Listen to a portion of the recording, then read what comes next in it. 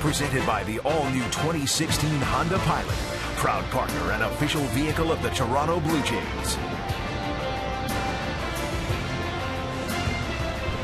Welcome to Rogers Center. It is a gorgeous Sunday afternoon as the Blue Jays wrap up this road trip. It's been a terrific homestand so far.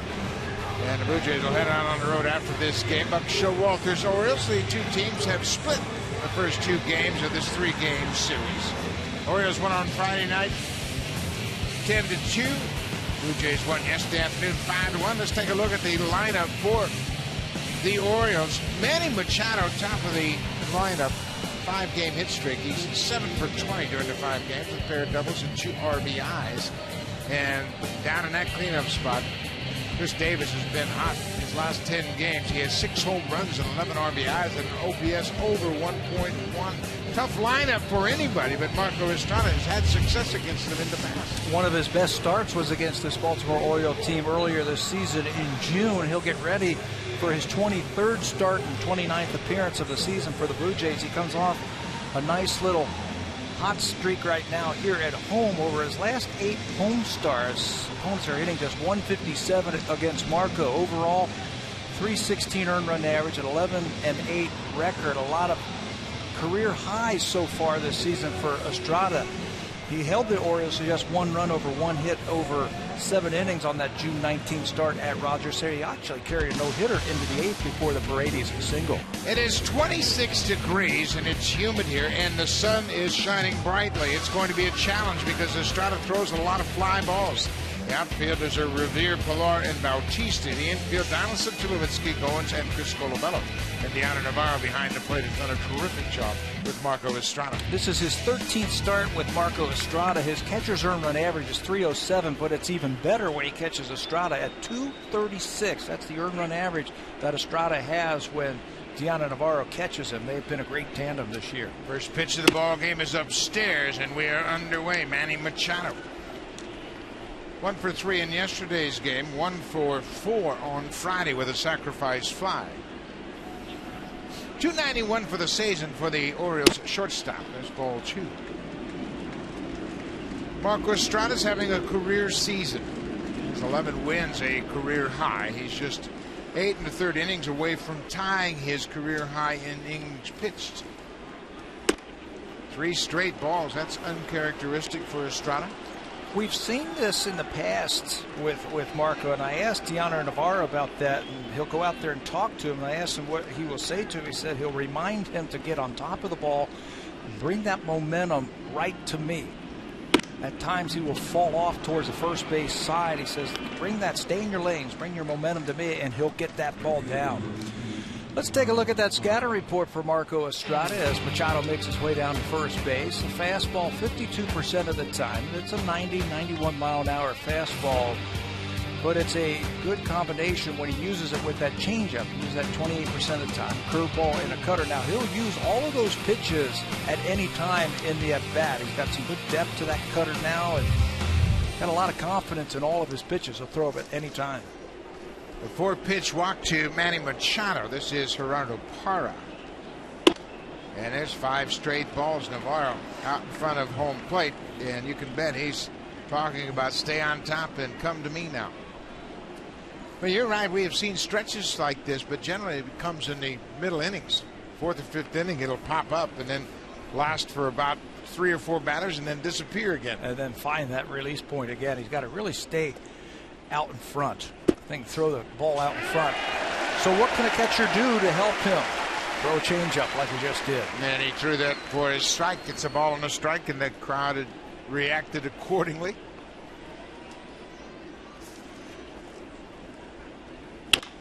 There's a fly ball into center. We talk about the sun. It's going to be a challenge. Pilar trying to keep that ball out of the sun. Marco Estrada throws a lot of fly balls. And it's a bright sunny day, and anything in the air is going to be a challenge. Boys, we have seen it all season long. Even some of the best outfielders in baseball have had problems with the sun here. As an outfielder, you want to get on the side of the ball so that sun isn't directly right into the path of that baseball coming out of the sky. You're going to see the defenders converging on fly balls just in case somebody loses one. This is Adam Jones. He did that in yesterday's game on a fly ball to right. Came all the way over to help out Parra. Jones was 0 for 3 yesterday with a walk. He also grounded into a double play. Jones is 0 for 5 going up against Marco Estrada.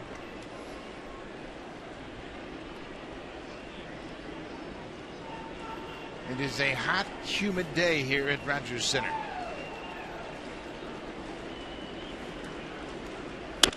Full foul. Another good changeup from Marco.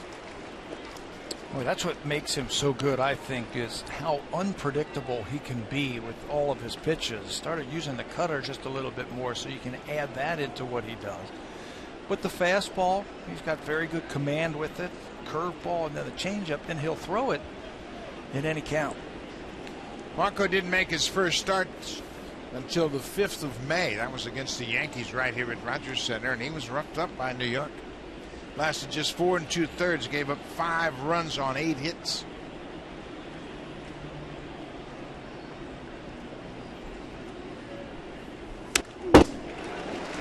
Marco lost his spot in the rotation in Milwaukee last year, right after the 1st of July. He pitched here at Rogers Center against the Blue Jays on Canada Day. Gave up a couple of home runs, made one more start. Then he was bumped to the bullpen. And that, I think, was the advantage for the Blue Jays. They saw that game and gave up the home runs, yes. But this year he's giving them a lot of quality innings. Marco, he injured his ankle in the spring, and I spoke to Pete Walker about what they saw in Estrada in the spring that they liked. And he said the one thing we knew he could do was command his fastball. And we saw that before he injured that ankle, and then he had to start the season working out of the bullpen.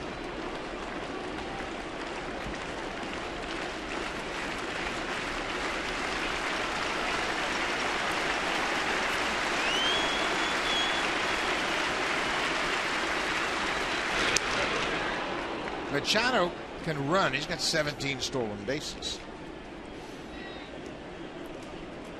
I'll be honest with you. I saw Estrada this spring, saw him work out of the pen, saw his first couple of starts, and I didn't think he was going to be able to handle the AL East. But boy, has he handled it. Because he's a fly ball type of pitcher, and there's a lot of small ballparks in the American League East. Jones strikes out. They chase that ball in the dirt, and that's the one thing that has helped Estrada so much. He's unpredictable. You can't sit on just one pitch with Marco Estrada and with Dioner Navarro. Let's give him a little credit also. His game calling behind the plate. You can't sit on one pitch. If you look for a fastball, he drops that curveball like he did right there in the dirt, and Jones can't hold up. Marco has been thrilled with both Russell Martin and Dioner Navarro, how well they have handled his pitches. 2 outs now. Chris Davis. That one was by design. They wanted that fastball up right there to Davis. Maybe not that high, but they wanted that thing up. Well, everybody knows how hot Chris Davis is. Had a 4-game hit streak. 7 for 16, man. That ball goes down to Goins, and they got a shot. There's the tag. He's safe. Machado slides in head first, just ahead of the tag. Boy, Goins, he is everywhere, isn't he? Well, he's out there because of the shift against Chris Davis. And when the ball got by Colabello from Navarro, there is Goins, Johnny on the spot. If the throw is lower, he is going to be out. Blue Jays are taking their time. They're going to take a look at this one, but he's so deep because of Davis. And watch when the ball gets by him, he's right there anyway. Catches the ball, spins and fires. It's a little bit of a high throw. So Tulowitzki has got to go up and get it. Maybe that gets Machado down underneath it. We'll see. Oh, it's close. Machado extends that right hand onto the base before Tulowitzki tagged him out. 2 outs now. Ball on the strike to Chris Davis.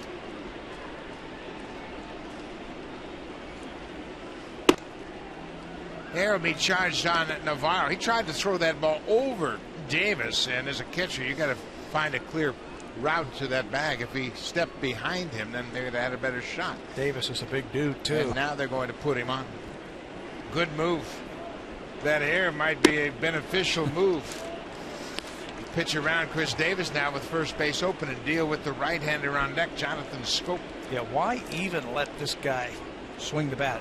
As hot as Chris Davis is right now, just let him go down to first base. That's the old saying, if you walk him, you'll know where he's at. So now Jonathan Schoop will step in. Schoop moves up in the order today. He was 0 for 3 in yesterday's game with a walk. He had 2 hits on Friday night. Schoop batting .288 for the season with 11 homers. Yeah, he's got some pop in those 62 games, and he's a free swinger. But he's not Chris Davis.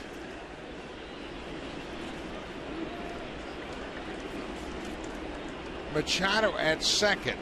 Davis now at first.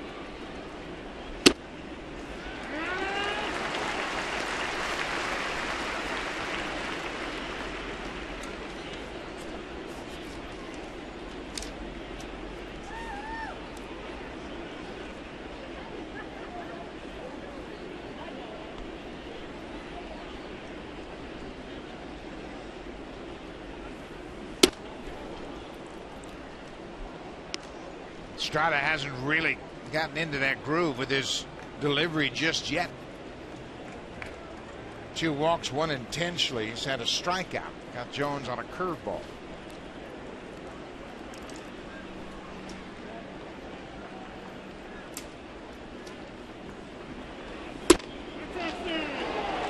You can hear Mike Everett, the home plate umpire, say that's outside, and it just missed. First inning's been a tough inning for the Blue Jays. And the Orioles making it tough on them once again.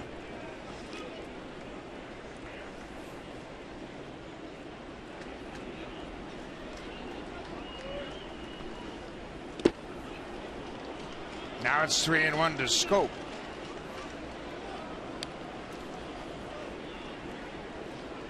Jimmy Paredes has hit well against the Blue Jays. He's the DH this afternoon. Chris Tillman will make his 5th start against the Blue Jays this season.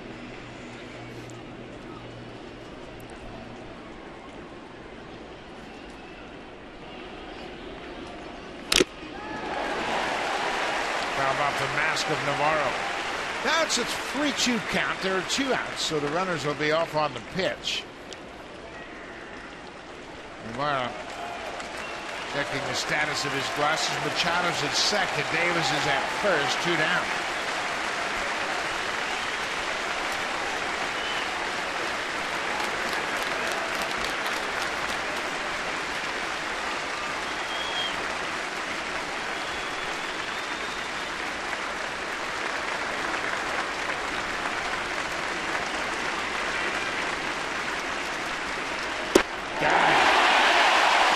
Strikes out. Estrada crossed him up, threw him a fastball. 89 miles an hour. A couple of walks, a couple of strikeouts. Scoreless half inning. Chris Tillman will take on the Jays when we come back.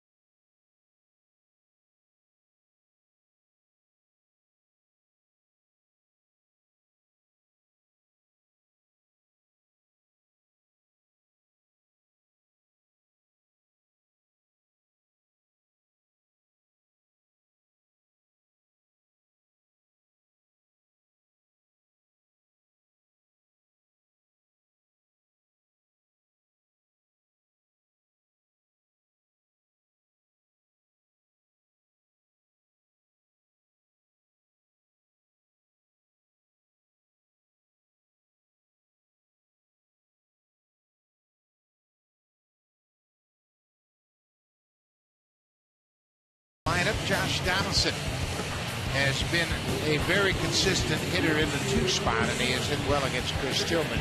He is 6 for 18 with 3 extra base hits and 5 RBIs, and Ryan Goins has had a great homestand.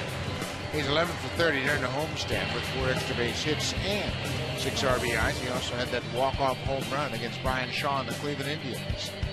Having a great homestand, looking to do that again this afternoon. They face Chris Tillman, who gets ready for his 26th start of the season. 9-10, those 10 losses this year are a single season high for Tillman. He just hasn't been able to get it going, and he certainly hasn't been able to get it going versus the Blue Jays in his career. 4-9 with an ERA of about 6 and 18 career outings, and it gets worse here at Rogers Center. His ERA is about 7.5 and a 2-5 record. He's had some problems here against the Blue Jays. He certainly has, and he works out of that David Price type of delivery. Almost looks like he's in the set position holding a runner on. He and Price have very similar deliveries. This is Ben Revere, leadoff man. He had an RBI single in the 4th inning in yesterday's game. There's a base hit. Jones over to cut it off, and he will. Revere starts things off with a leadoff single. Well, the Orioles, they have the best defense in baseball. They've committed a total of 57 errors all season long. Roman Rimo back with the Orioles. Adam Jones is in center, and Gerardo Parra is in right. Parra's got a great arm. On the infield, it's Flaherty, Machado, Scope, and Davis from 3rd to 1st, respectively. And Steve Clevenger is behind the plate for the Orioles. Matt Wieters a little banged up right now. And just like Marco Estrada, Chris Tillman is a fly ball type of pitcher, so Adam Jones, 4-time Gold Glover, is going to be very busy, I think, this afternoon in center field. He leads American League center fielders with 14 outfield assists. And Josh Donaldson steps in. We mentioned Donaldson's great numbers against Chris Tillman. Tillman delivers a first pitch strike.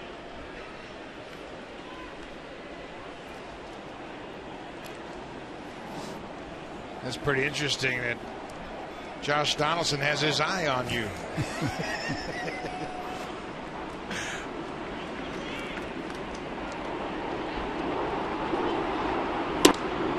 Just off the plate. It's a ball and a strike to Donaldson. Donaldson for this homestand, 355, 11 for 31. Got 6 extra base hits during the homestand. 3 doubles, a triple, 2 home runs, and he's driven in 11.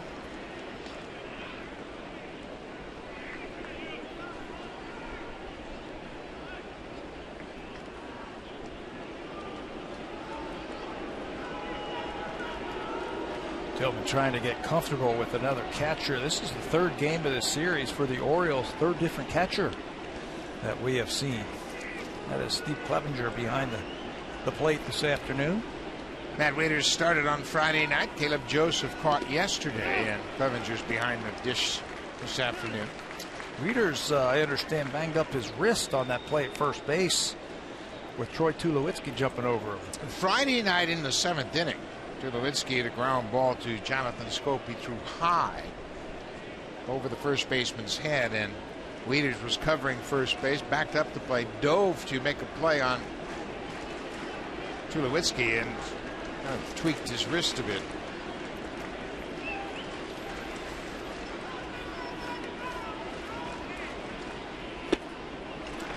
Three and one. How many times have we said it, the Blue Jays, they work over starters in the first inning? Patient, very patient hitters. What they do is they make you, the pitcher, come to them.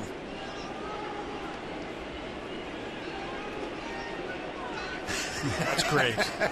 That is really good. It is close due to the heavy rain, the DVP. Line drive. It's going to get up against the wall. Revere's around second. He's headed for third. He's being waved home as that ball died in the corner, and Donaldson has given the Blue Jays a 1-0 lead here in the first.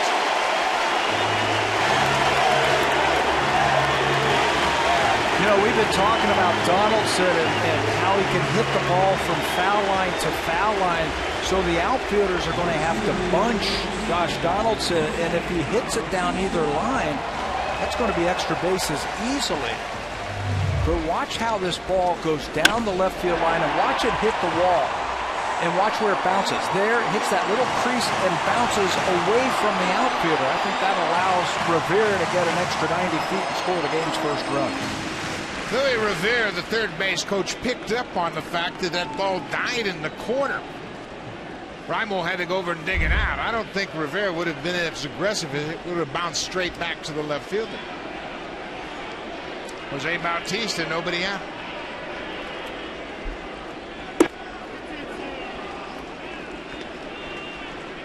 Then Revere got it started with the leadoff single. He's cashed in by Donaldson. 38th double of the season for Donaldson.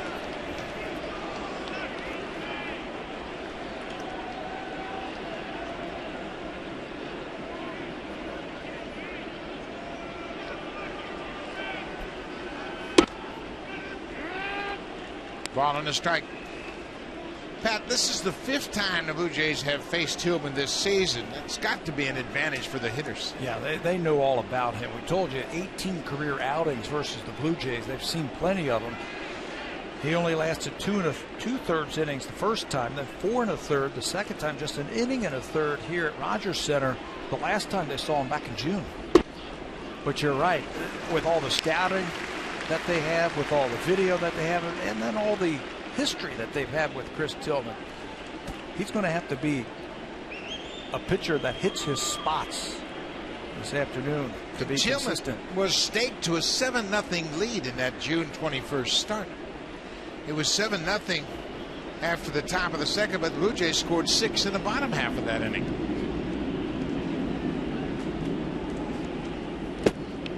Three and 1 to Bautista. He just won't swing at a bad pitch.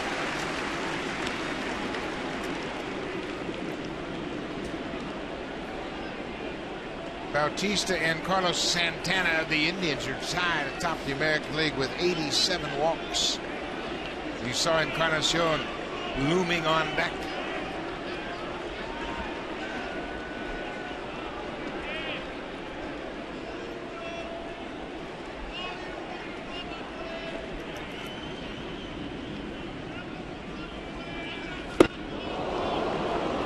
There's a good pitch right there. 3-1, unpredictable. Throw the changeup. Tillman last time out, he gave up a season high tying 7 earned runs. That was against Tampa Bay in just 4 2/3 innings. So he comes into this one struggling just a little bit. Full count to Bautista. Swing and a drive deep to left field. Get out, ball. God!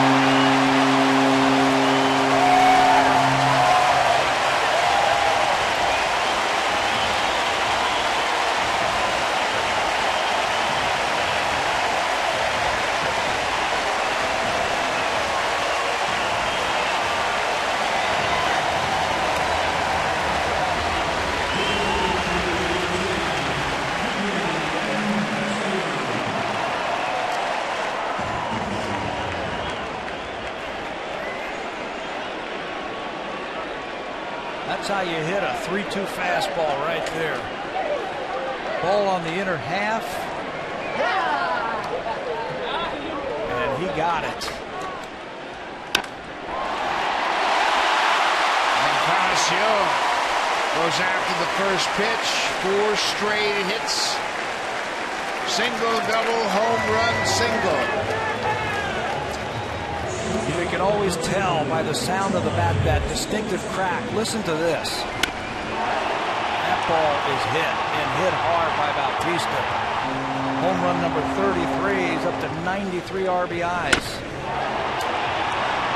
His line drives just go farther than everybody else's. He got backspin, and he had tremendous sound. Hitters always looking for that sound. There's definitely a lot of spirit in this ballpark. 3-0. Dave Wallace out to Tuck.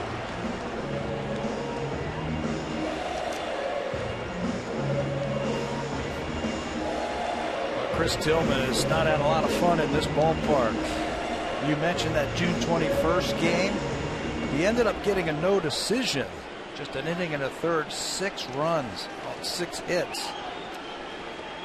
That's the last time that Buck Showalter and his team saw. Blue Jays and the Orioles went into the 9th inning, tied 9-9 in that game, and the Orioles scored 4 in the top of the 9th. Troy Tulowitzki, nobody out. Encarnacion at first. You got to pitch inside, and I know there's been a history between these two teams, but pitchers have to pitch inside. They've got to try to protect themselves. Yeah, and I'm not suggesting you hit the Blue Jays, but you got to pitch inside. You got to go inside, or you can't just stick to one side of the plate.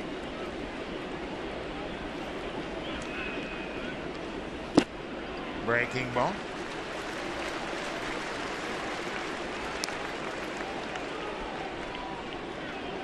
The Orioles bullpen starting to stir. Nobody out in this game. Of course, with the expanded rosters, they've got a lot of bodies down there.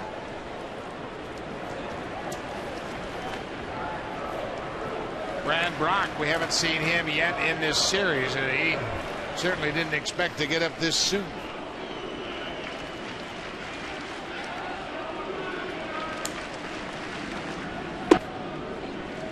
Tell you, if you're a long man and you're facing the Blue Jays, I would expect to come into the game sometime. I mean, they have just worn out some of those pitchers. We've seen a lot of long men out of the bullpen for the opposition this year.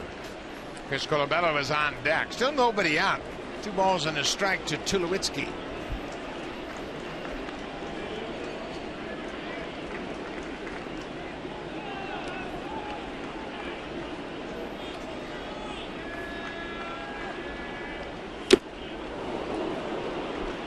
The Blue Jays are a triple shy of the cycle here in the 1st inning. 5th batter. Josh Donaldson picked up the RBI, 113 for the season. Ben Revere started it off with a single to center. Then Bautista drilled a 2-run home run. Encarnacion with a single to left.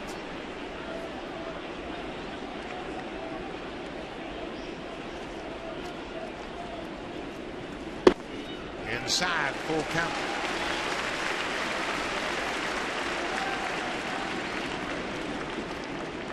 Chris Colabello has hit well against right-handed pitching this season, so he gets the nod at first base today.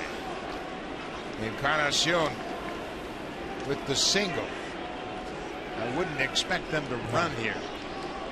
No, don't want to be running into any outs right now. Tulowitzki strikes out.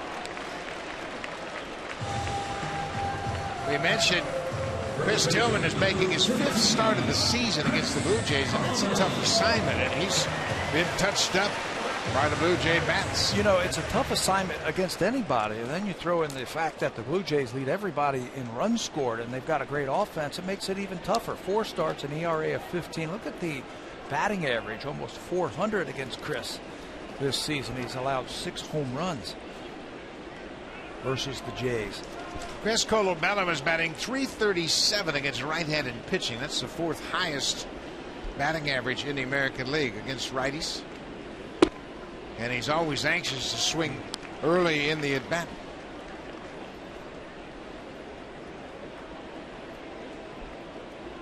David Price is into the game. No matter what's going on, whether he's pitching, sitting on the bench watching, wants to know what Josh Donaldson saw in that first at bat.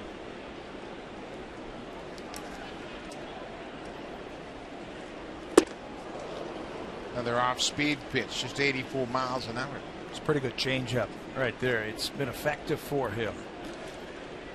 Struck out Tulowitzki with that changeup, got Bautista to swing through it, and then didn't go back to it. Actually challenged him with a fastball, and Jose parked it in the seats in left field.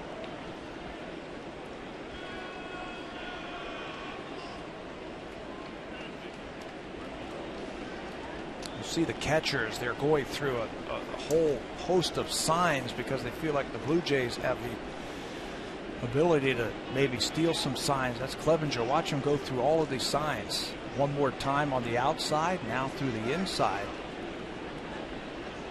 Almost like there's a man on second base every batter. Inside off the plate. The reason teams go through these series of signs nowadays is because there's so much video.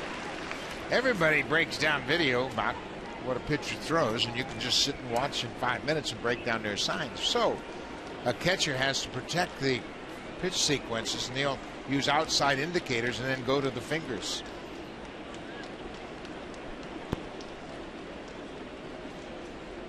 Two and one.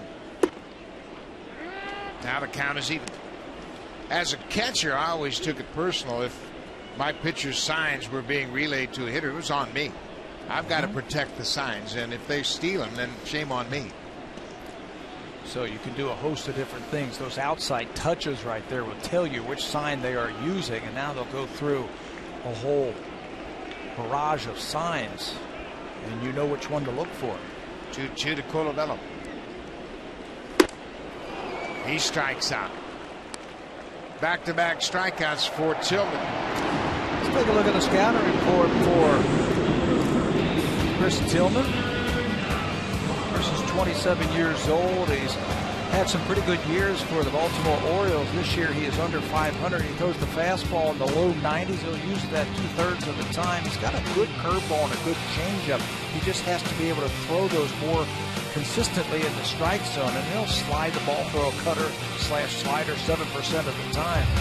He's going to have to stay down, I think, against the Blue Jays. Anything up, and the Blue Jays have been hitting it.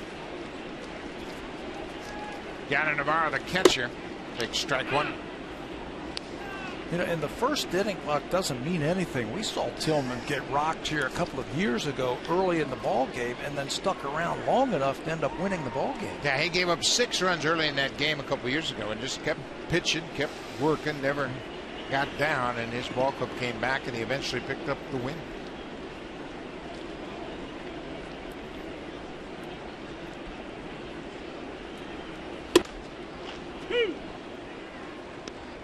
I think with both of these teams, they understand that during the course of this season series, over the 14 games, they have combined to average 12 runs a game. So this one's a long way from being decided. Yeah, between them, 12 runs, touch home plate whenever these two meet. Half of it yesterday, just 6 runs were scored between these two teams yesterday. You keep grinding, just keep hitting, don't take anything for granted. 0-2. Clevenger continues to camouflage the signs.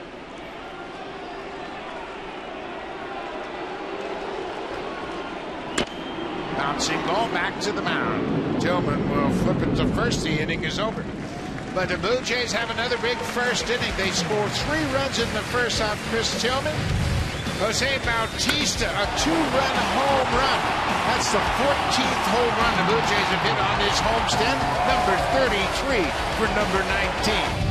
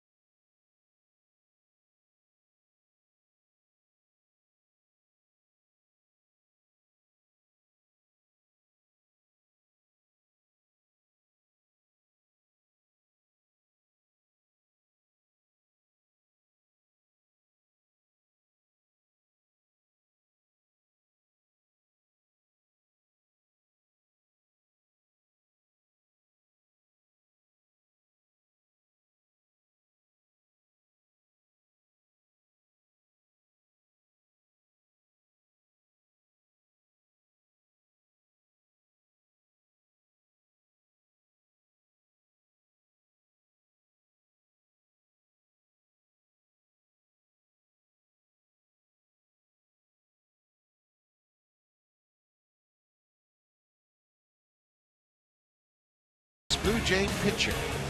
He is second in the American League in opponent's batting average. He is sixth in ERA, and he's eighth in whip. Pat, can you name this Blue Jay pitcher? Well, if you showed me this at the beginning of the season, I would have said, well, he's right-handed, so that's either R.A. Dickey or maybe Aaron Sanchez would have put up those type of numbers.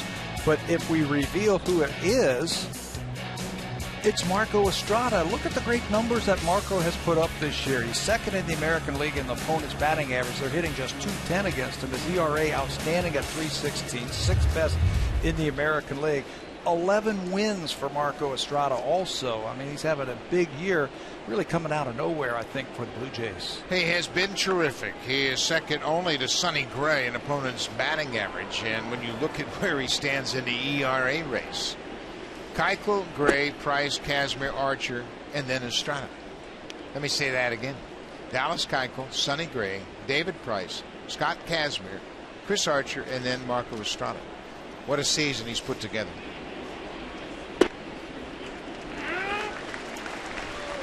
This is Jimmy Paredes. He kind of rained on Estrada's parade early on in the season when Marco was throwing a no-hitter. He got a pinch hit single, and that knocked Marco out of the game. Donaldson will give chase, but that's going to be out of play. Now, see, I thought you were going to say he rained on his Paredes right there. No, I wouldn't say that. And he did. Marco, that in the Tampa Bay start for Estrada. I think they were back-to-back games this year. Were two of the best pitched games that we have seen by a Blue Jay starter this year. Yeah, it was a terrific combination of games. The Oriole game right here was on the 19th of June. He would leave that game after the base hit by Paredes. This guy can swing the bat. Hitting .278 for the season. He's got 10 homers and 41 RBIs in 342 at bats. Career highs. Blue Jays can't figure him out. No, they can't. He's just a good hitter. He's got career highs and doubles and home runs and RBIs and runs scored. You're going to have to make pitches, and if that swing looks familiar, it looks a lot like Robinson Cano.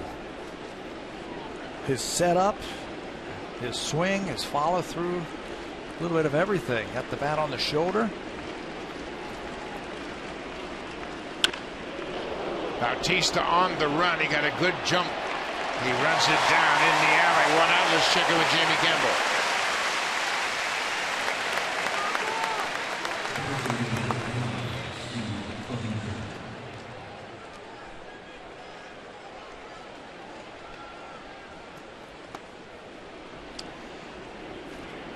Chris Archer's on the mound for the Tampa Bay Rays, and he's opposed by Ivan Nova. Archer is 5-0 in his career against the Yankees. Nova 6-6 against Tampa Bay.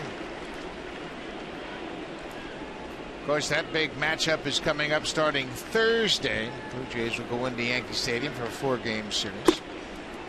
But the players, the coaches, the manager, they all know they got a lot of work before they can think about the Yankees on Thursday. They don't even want to think about the Yankees right now. Yeah, they're looking at the scoreboard and they're checking out the scores and going back to Sportsnet at night and watching the highlights.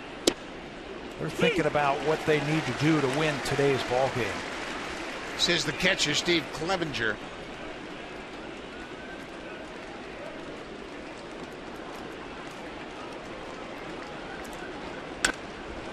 There's that good high fastball, and here's a perfect example. After Estrada struggled with his control in the first, now he's making perfect pitches here to start the second. And he's using that fastball. It's been a good weapon for him, I think, this year.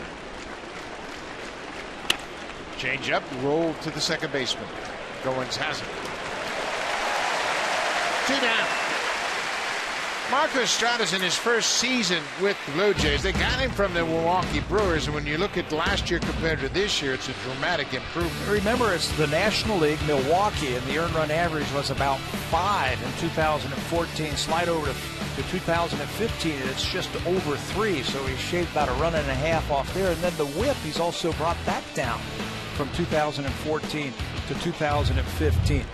You got the pitcher spot. You don't have the designated hitter over in the National League, some bigger ballparks. Marco Estrada comes to the American League with the DH in the American League East with the smaller ballparks, and he's improved his numbers. Nolan Reimel fouls it back. Reimel just recalled from AAA Norfolk. They anticipated that Mark Buehrle would start this game today, so they called upon Reimel to come up. Then Blue Jays flip-flop Buehrle and Estrada, so Reimel is in the lineup. Buehrle will start tomorrow in Boston against the Red Sox. And Marco's working on 5 days rest. It's not like they moved him up for this spot. They've got that off day that they could work with earlier this week. So he is actually working on 5 days rest. Ball is hit to right. Bautista throws the glove up, shading his eyes from that sun, makes the catch. 3 up, 3 down. Good bounce back inning for Marco Estrada. Blue Jays have a 3-0 lead early.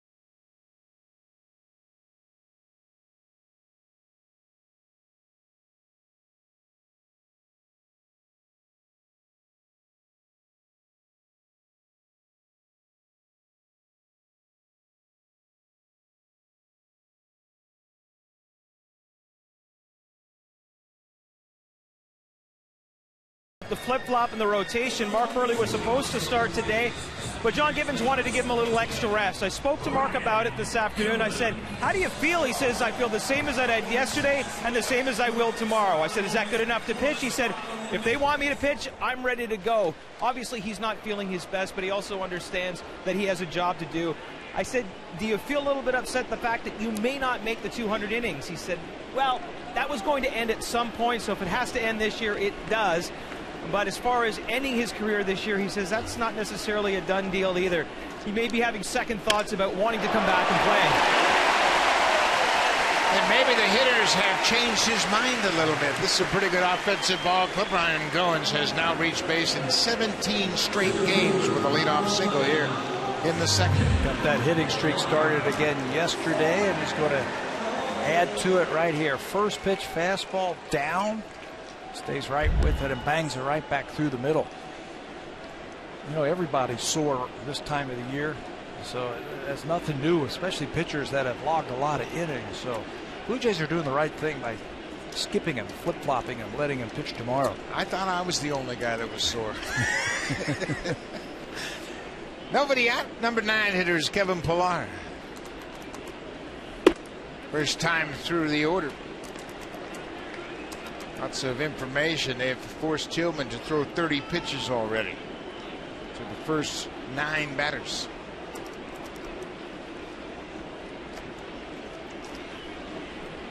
Pillar was 2 for 4 yesterday. Had a couple of singles, scored a run.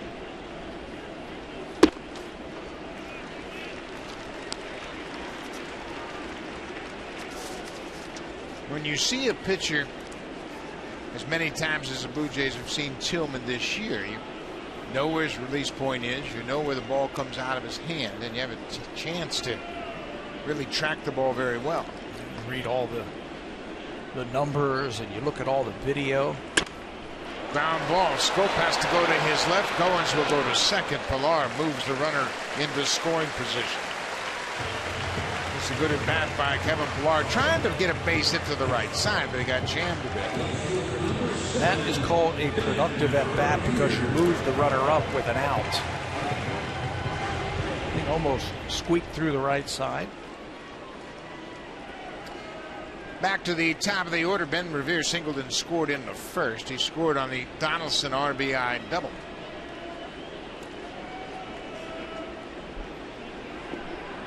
Revere now with 12 hits in the 9 games during this homestand.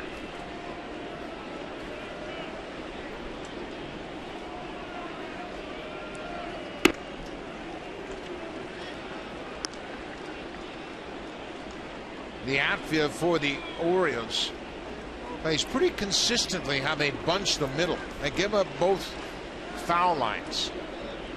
Yeah, and any base hit into the outfield with something on it, I just don't know if Ryan Goins is going to be able to score. This is an outfield that throws really well. They lead the major leagues in outfield assists. They are shallow with Ben Revere at the plate also. There's Nolan Rimo. He's going to move just a little bit. Jones is the quarterback. He'll move both Reimold and Parra if he sees fit. And there's a pickoff attempt, and Manny Machado indicating he thought maybe Goins hadn't reached second base. Yeah, you put that pickoff on right there so you can shorten up that lead. Put something else in the mind of that runner so he doesn't get a primary lead that's too big. Maybe you can save a run.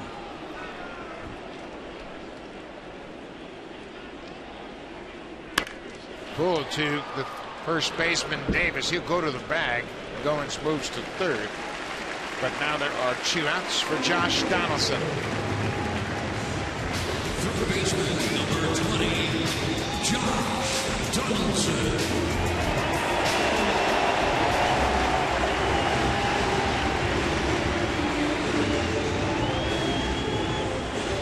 Josh Donaldson picked up an RBI in the first, and as a third baseman this season, that gives him 107 RBIs.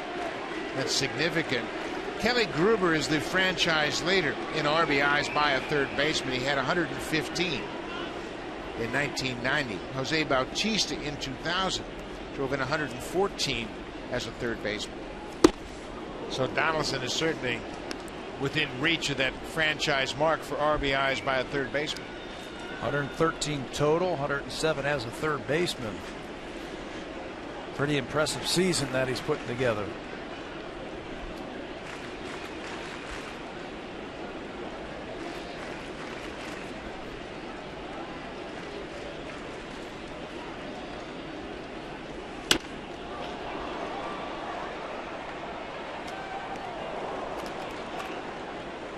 Well, how about this? This is RBIs in your first season with the team, and Josh Donaldson now, he's got the record. Paul Molitor used to have the record in '93 when he came over here and they won the World Series. Joe Carter had 108, so did Winnie in 1999. Josh Donaldson's going to add to that before this season's over. Of course, Molitor and Winfield went to the World Series their first season with the Blue Jays, and Donaldson hopes he's going to do the same. Ryan Goins, leadoff single. He's now at third base for Donaldson.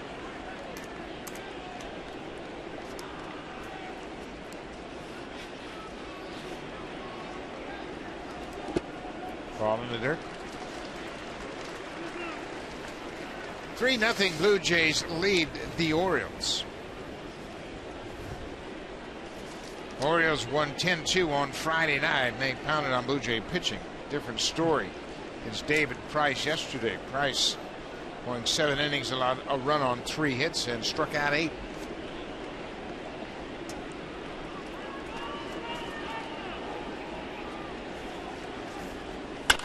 Ground ball, Scope at second. Bobbles the ball, and Donaldson was jogging out of the batter's box, and Scope was able to recover in time.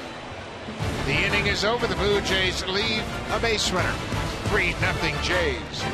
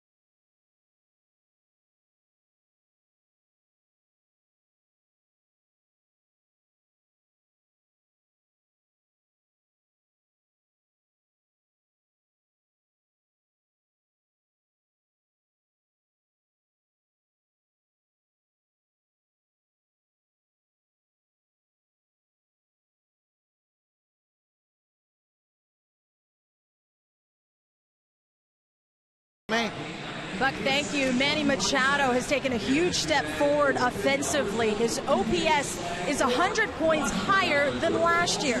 Now, I asked Orioles hitting coach Scott Coolbaugh about that, and he told me that when you're more comfortable and you know the pitchers better, then you're able really to shrink that strike zone and lay off some of the pitches that you normally would take a swing at in the past. Coolbaugh said Machado is a more disciplined player at the plate, and when you shrink that strike zone, you're able to get better pitches to hit, and then, of course, your talent takes over there. So, Buck, that's why you're seeing more home runs this season, and you're seeing Machado's ability to drive the ball more consistently this time around. Thank you very much, Hazel. That all adds up when you think about it. Manny Machado is in his 4th season, but he missed the majority of last season, played in just 82 games. And coming into this game, he has a total of 1,717 at-bats. And that 1,500 at-bat plateau is where everybody starts to recognize the talents, because you've had 3 full seasons, basically. I agree with everything, but I also think he's just getting bigger and stronger and physically more mature. Remember all those doubles he hit a couple of years ago? 51 doubles. I think those doubles are now turning into home runs because he's physically stronger. And 51 doubles, and 667 at-bats that season in 2013. That's the season he was named an All-Star for the first time and won his Gold Glove. You know, he's also healthy. Remember, he's had some knee problems over the last couple of seasons, and whenever you rob the bottom portion of your swing, you take your legs out of it, you're not going to be able to drive the ball. This is Ryan Flaherty back at third base this afternoon. He lays off that first pitch.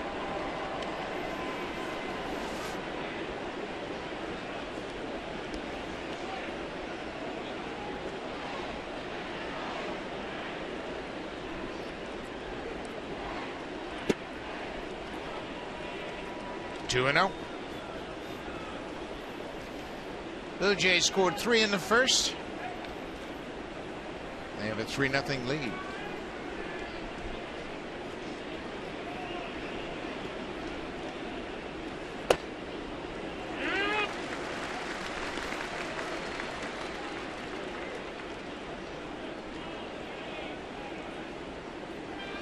Flaherty is the Orioles' super utility player. He can play all of the infield positions and can fill in the outfield if you need it. Again, Mike Everett saying that's outside. It's a 3-1 count. The leadoff batter here in the third. Got to continue to make pitches right here. You can't allow that number 9 hitter to get on base and then turn it over to Machado in one swing.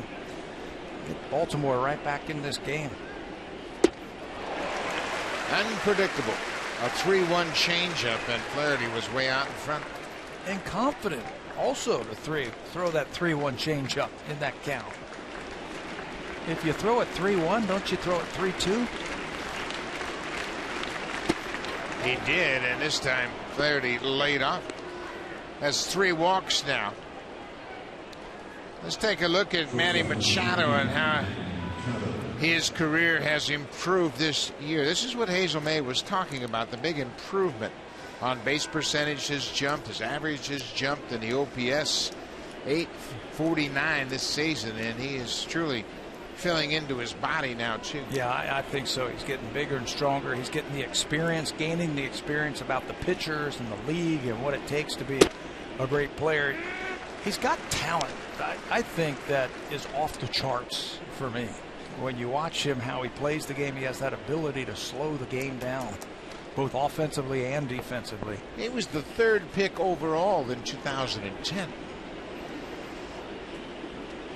In the eyes of Major League Baseball, he was the 3rd best player available in that draft. And Buck Showalter was telling me yesterday, and the thing we have to remember about Manny Machado, he just turned 23 years old. He's in his 4th big league season.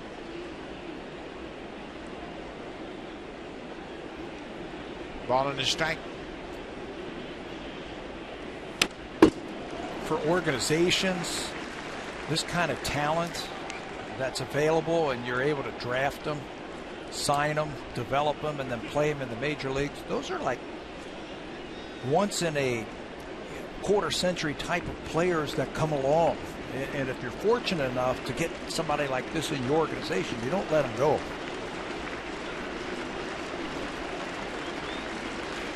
Estrada is ahead 1-2. Oh, he took a shot at that inside corner. Again, he just never allows you to sit on pitches because he mixes them up so well. And Marco will tell you himself, that's all Navarro. Yeah, he's trying to follow along with Dioner Navarro. Navarro has used that fastball a little bit more. He's got one of the lowest opponent's average versus the fastball this season, thanks to Navarro calling it. Now it's a full count. Nobody out. Right fielder Gerardo Parra flew out to center field his first time up.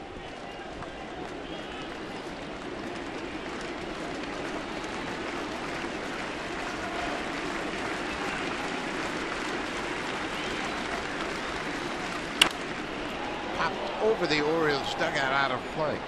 You saw Navarro give that signal to Estrada, and he does it with so much conviction and so quickly that Estrada doesn't have to worry about why he's calling it. He just trusts what the catcher wants.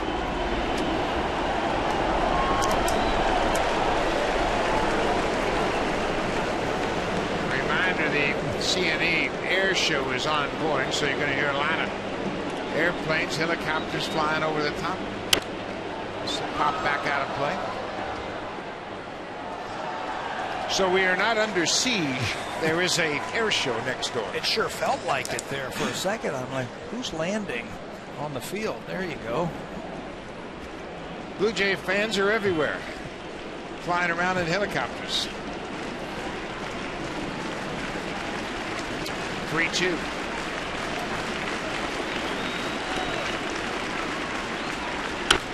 There, he was going on that pitch. That's the first time in this at bat, once it got to full count, that he was gone.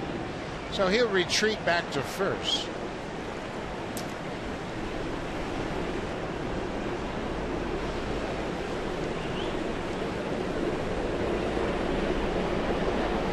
Now that's a bird's eye view, if you will.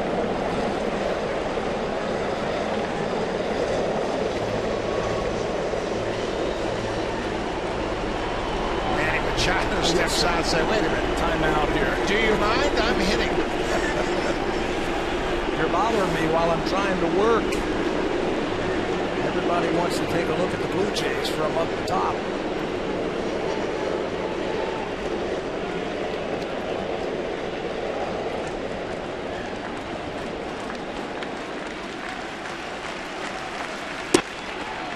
All four back-to-back walks here in the third. That's 4 walks issued by Estrada, 1 intentional walk. Pete Walker is on his way out to the mound, the pitching coach.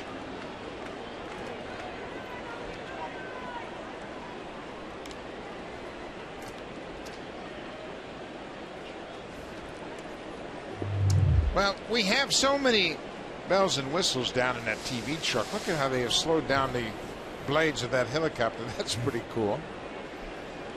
This has always fascinated me, how they stay up in the air. Don't ask me. You've been in a helicopter, right? Yes, I've done a helicopter ride. I kind of like it. Yeah, it's very cool. Great perspective. It's almost like you're hanging over the CN Tower. Oh, we've done that too. That's right. So Walker's finished the chat on the mound. Gerardo Parra.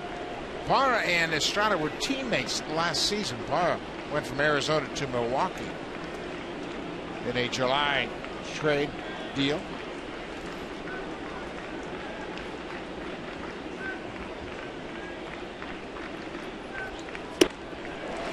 Parra was 4th in the National League in hitting at .328 when he was traded from Milwaukee over to Baltimore.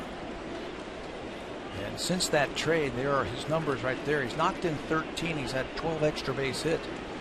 Plays great defense too. That's a good fit for the Orioles. Yep. Yeah.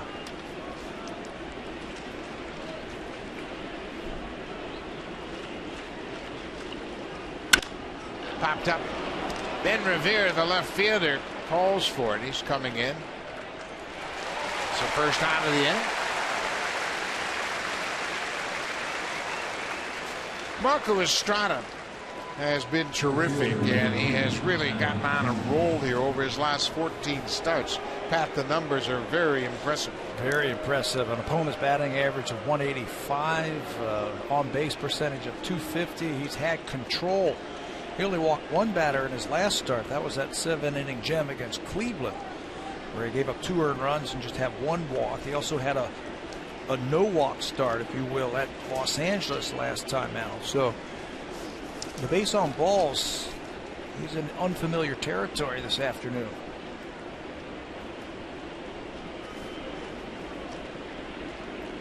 This is Adam Jones. He struck out on a breaking ball in the dirt his first time up. But Jones is always a threat.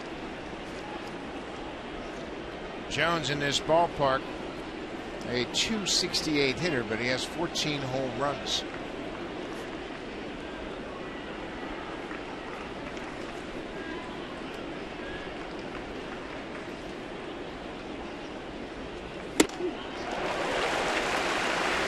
Watch this at bat and see how Navarro and Estrada work Jones. We mentioned they struck him out on a breaking ball, a curveball in the dirt, his first time up.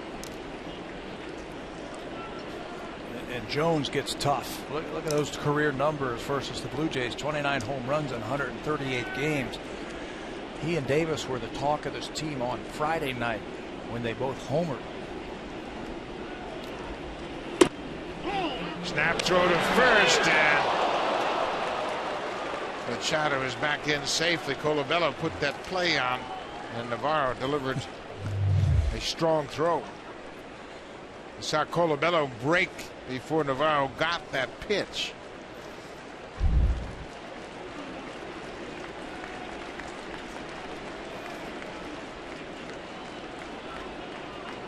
Two balls and a strike now to Jones.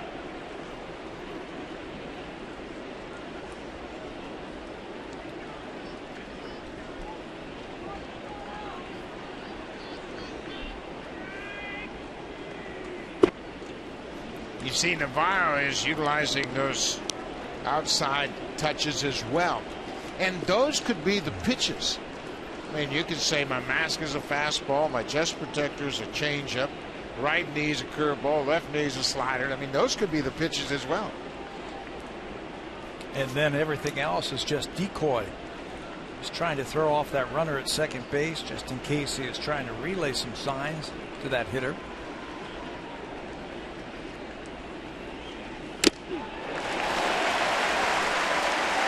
89 miles an hour. Baltimore has shown a lot of patience this afternoon. It's a team that I don't want to classify them as free swingers, but they're aggressive swingers. And they're laying off some very tough pitches.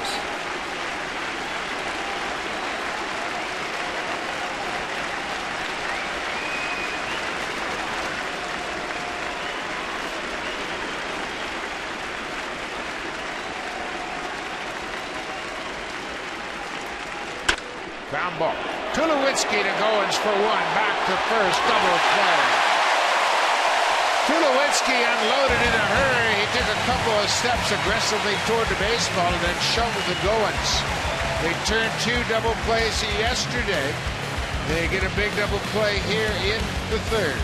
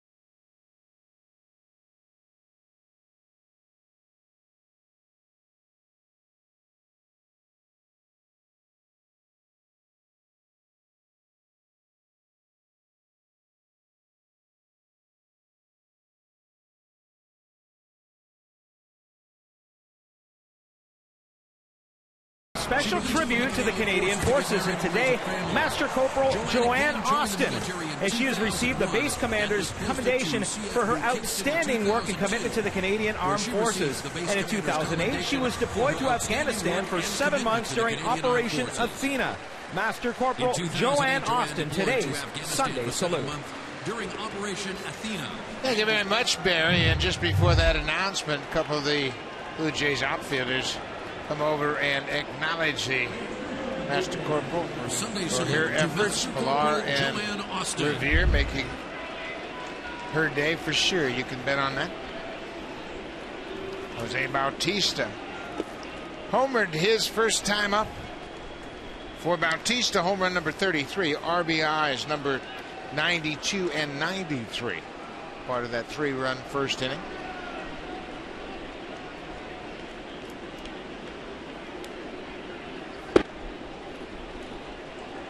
Ball 2. For Bautista, that's his 3rd career home run against Chris Tillman.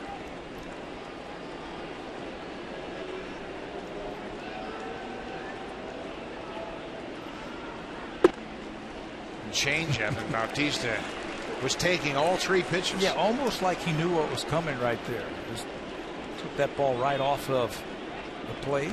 I bet he looks changeup right here. He might switch gears right here and swing away. Nope, taken all away. Takes a strike. That was a fastball. You know, it would certainly make things a little bit easier if you get that first batter of every inning. And that's something that Tillman has had some problems with.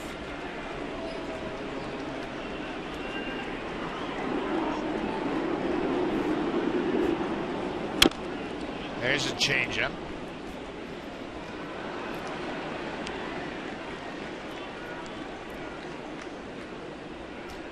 The highest on base percentage, first batter of an inning, Tillman's average at .399. Well, that's a tough way to start an inning. Highest in baseball, tied with Matt Garza. Batters are hitting .315 first batter of an inning.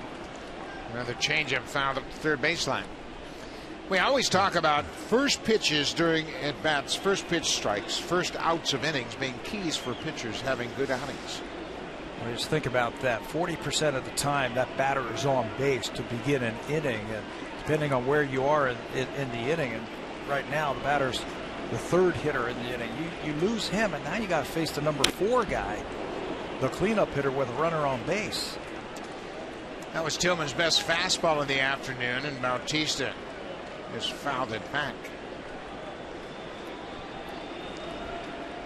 We mentioned we have seen Tillman in the past fall behind early and just keep grinding, makes pitches, and allows his teammates to come back.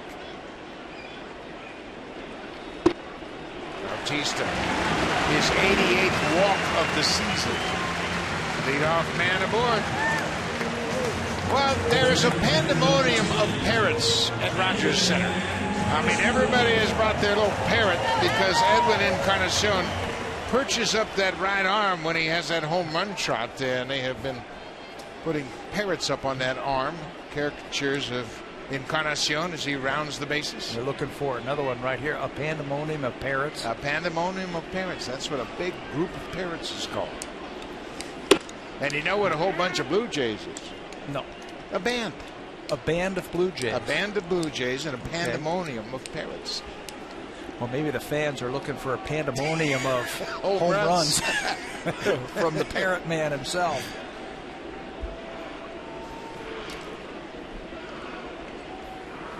Encarnacion singled his first time up. Bautista's home run in the first was the 14th home run the Blue Jays have hit on this homestand. This is the 9th game of the homestand. The Blue Jays are 6-2 so far on this 9-game homestand. He had 11 of those home runs in the 3-game series against the Tigers.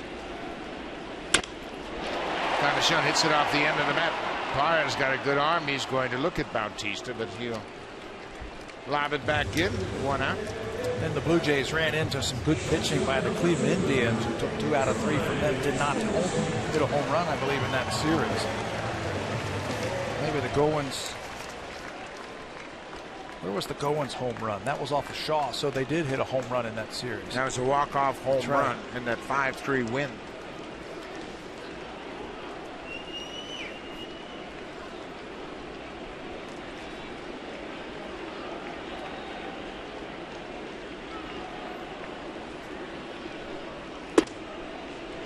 Inside. Tulowitzki struck out against Tillman. That was the first out of the bottom of the first inning. Blue Jays had 4 straight hits to start the game. Single, double, home run, single.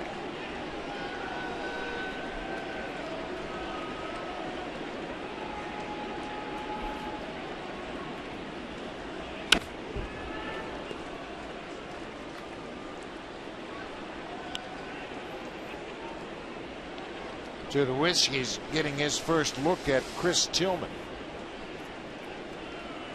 Tulowitzki has scored 27 runs in his 33 games since coming to the Blue Jays, and obviously he was hitting in the leadoff spot initially. Yeah, just think what would happen if he starts hitting the ball a little bit more consistent like he has over his career, which I think he is starting to do that. Starting to hit the ball to right field a little bit more. Yesterday, he shot a ball to right field when they were playing him in that exaggerated shift, and he hit another one on the nose right at the second baseman. There are little signs that you look for from players when they start to come out of their slumps. Do they start making consistent contact? How are they taking pitches at the plate? What does the ball look like coming off of the bat? Things like that. And you can see Tulowitzki not as consistent from at bat to at bat just yet, but you're starting to see some signs. New surroundings, new hitting coaches, new pitchers he's dealing with. A lot of intangibles that are affecting him a bit. But one thing he has been consistent about is when he answers questions about his hitting is it's not about me. It's about the team winning, and we're doing that. Hey, and he's playing a great shortstop. I mean, a great shortstop for the Blue Jays. Playing great defense and winning. The hitting is going to come around. No question about that.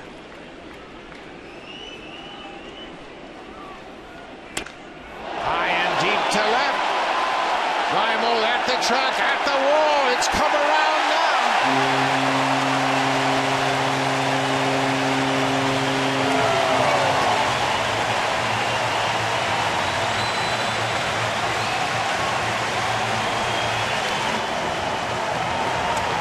Home run number 5 is a Blue Jay, 17th of the season for Tulowitzki. Yeah, that's what they came here for. They want to see some offense, and the Blue Jays are giving it to them here this afternoon. They want to see Tulo do his thing. And he did. That's a good feeling right there.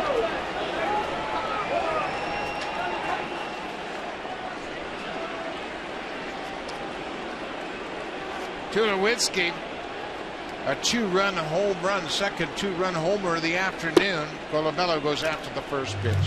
One more time. Watch his at-bats. That's a changeup, and he gets it out in front. Skies at the left field. You start seeing solid contact. You're starting to see more line drives, and just a matter of time before the good hitters start doing it again. Bautista has scored 2 runs here this afternoon. He's driven into. So Bautista has 93 ribbies and 92 runs scored. What a season he's put together.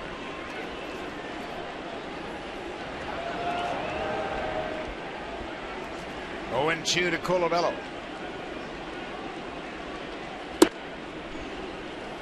You know, it's interesting with all the new metrics. Everybody wants to have BABIP and all those WAR and weighted WAR and OPS plus and all that. The game is scored by runs. You knock them in and you score them. That's how you evaluate good players. Colabello strikes out, 2 down.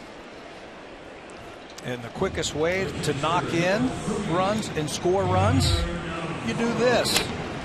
That's a run scored and an RBI with one swing of the bat. And if you've got some home run hitters like the Blue Jays do, Tulowitzki fan with his jersey ends up with the baseball in his hat. How about that? You bought the right ticket this afternoon. There's a little karma going on out there in left. Gianna Navarro grounded back to the pitcher in his only at bat.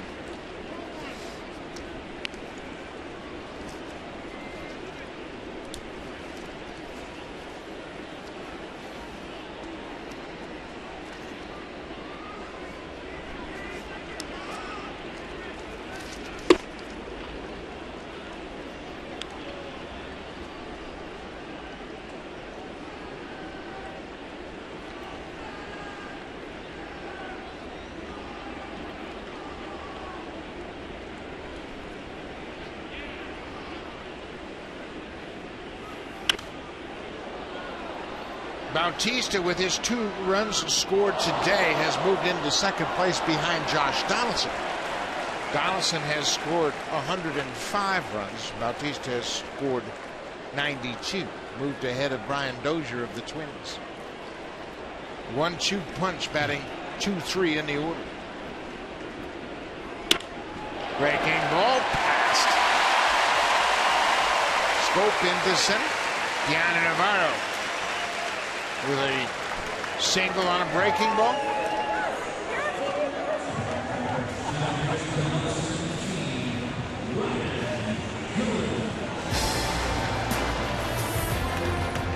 Swing for the fences and save during the DIY expert sale. Only at Home Building Center and Home Hardware Building Center.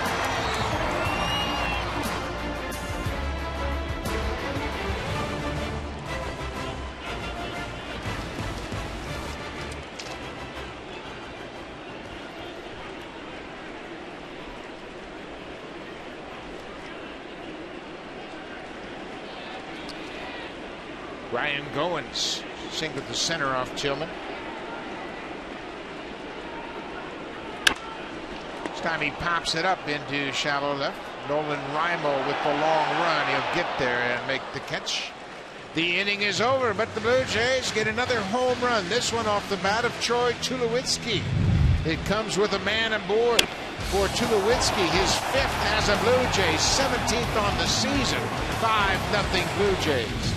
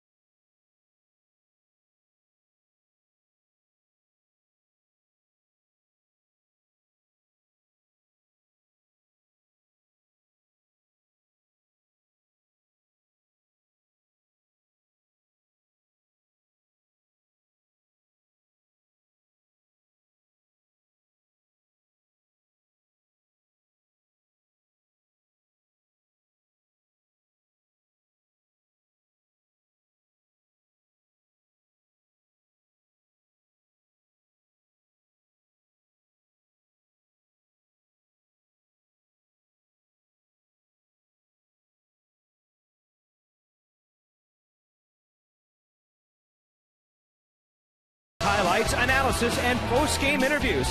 Catch Blue Jays Rewind, presented by Booster Juice, part of the morning highlights on Sportsnet 360. More than enough highlights from this Blue Jays team, Buck, to fill up a show. Absolutely, Barry. Always highlights coming from this team, whether it's at the plate or in the field. Chris Davis, he can make some highlight reels. Davis, for the season, has 40 home runs, and if you go back to 2012, he's hit 152 home runs. That's first in the American League. He's driven in the 3rd highest total of runs with 395. His OPS is 6th, and his at-bat per home run, he's first. terrific power hitter. Yes, power. He can knock it out of any part of the ballpark. We've seen a lot of sluggers, if you will, over the last few years here at Rogers Center. I mean, Manny Ramirez and David Ortiz and Adrian Gonzalez, some of those big sluggers that have put up big numbers here. Chris Davis has the highest slugging percentage at Rogers Center of any player in history, 700. It's a good hitter's ballpark, and he's got power to the opposite field. And this season, he's done his thing against the Blue Jays. 5 more home runs against the Blue Jays this year. He gets jammed on this one. Tulowitzki on the first base side of second. Shortstop makes the grab. 1 out. Boy, there's another out to start the inning. We talk about Tillman struggling in that department, and Marco Estrada now has gotten 2 of the 4 leadoff men he's faced this ball game. Yeah, he's walked 2 to start off innings, but he hasn't given any runs to him. Buckle down. Well, you know what that is, Pat? That's just confidence. I mean, I think he has gained so much confidence this season. He knows that that leadoff walk's not a problem because he can make good pitches. Confidence in what he is doing, along with Navarro behind the plate to make pitches. There's that curveball. DeHonor says that he thinks he's got a pretty good curveball. He can use it as a strikeout pitch. He thinks he can use it as a get me over strike. Maybe we'll see a little bit more of that as the afternoon wears on. Elevate the fastball, and once again, Estrada was going to hit Navarro's glove. He presented that high target, and it was right on the mark.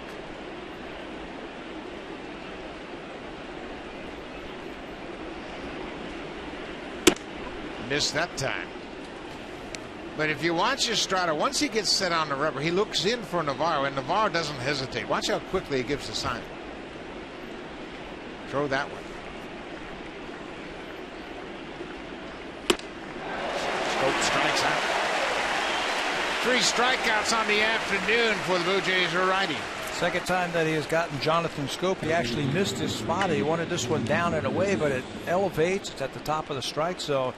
And Scope, who's got a quick bat, is not going to catch up to this one as he picks up his 3rd strikeout.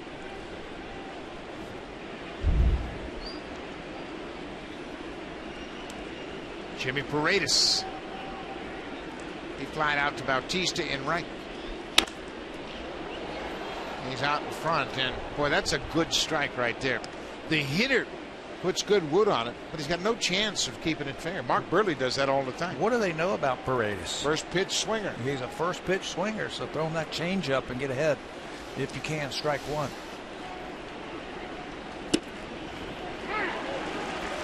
Then he was looking for an off-speed pitch. He got a little bit of a cutter.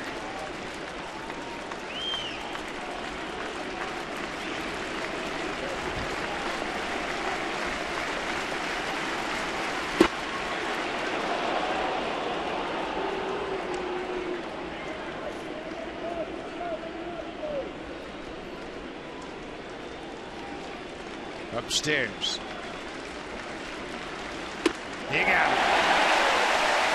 Boy, these two are really on the same page. Estrada thinks of a pitch. Navarro gives him that sign.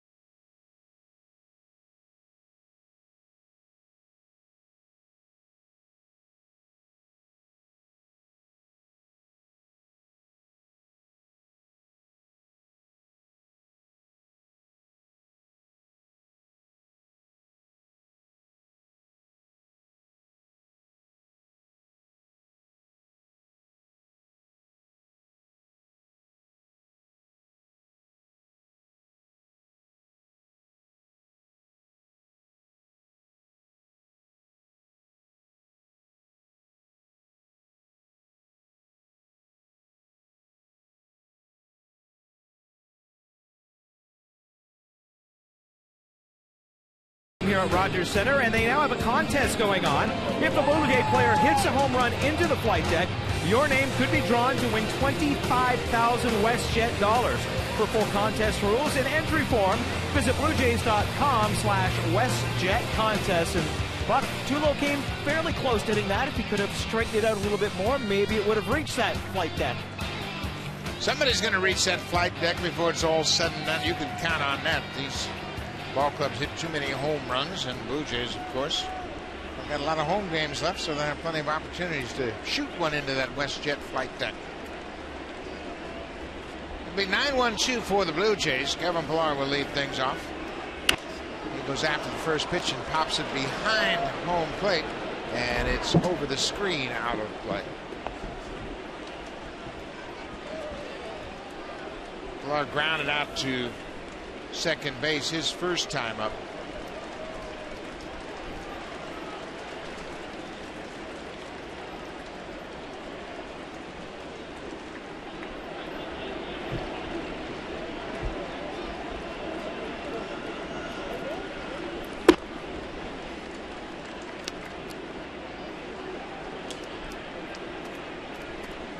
Kevin Pillar's season came together for him in the month of June. He was the Blue Jays player of the month for the month of June.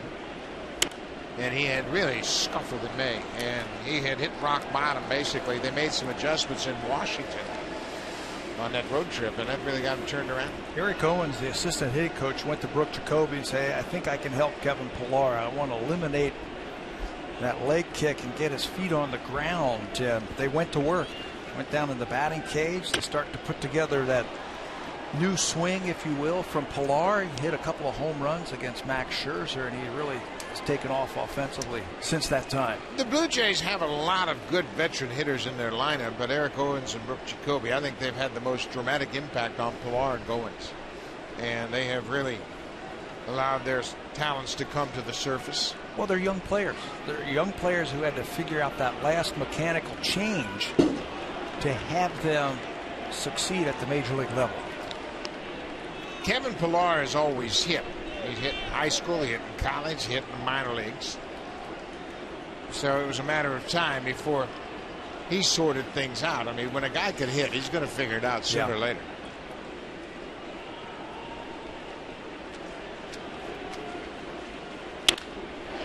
Just foul. And you know what? When you first come to the big leagues, you want to make an impression, and we saw Kevin. I mean, he would swing at anything. You'd wave the rosin bag at him, and he'd take a hack. Pitchers knew that, too. They wouldn't throw him a strike when they got to 2 strikes. Knowing how aggressive he was, thinking had to hit everything. There's a deep drive to left field. Reibold is back at the track, at the wall. It is gone. Number 10.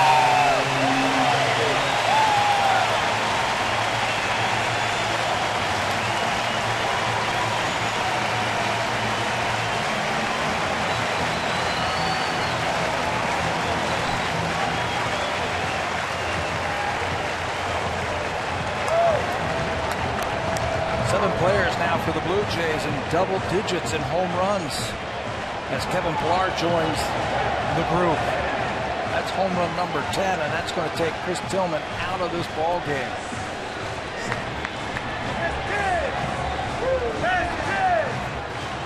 Well, Pillar with his 10th becomes the 7th Blue Jay to hit double-digit home runs. The bullpen is on. That's Steve Johnson. He'll come into the game to face the top of the order.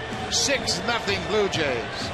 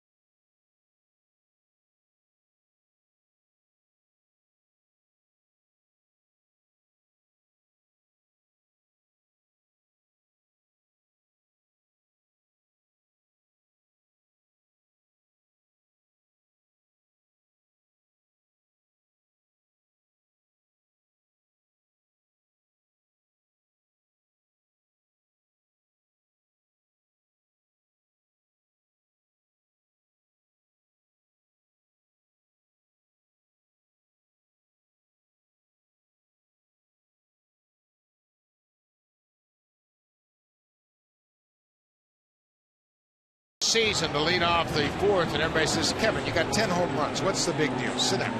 Nobody seemed to be very impressed with that.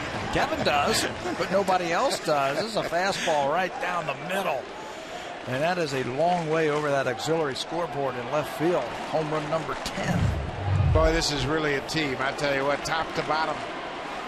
Ben Revere takes a first pitch strike from Steve Johnson.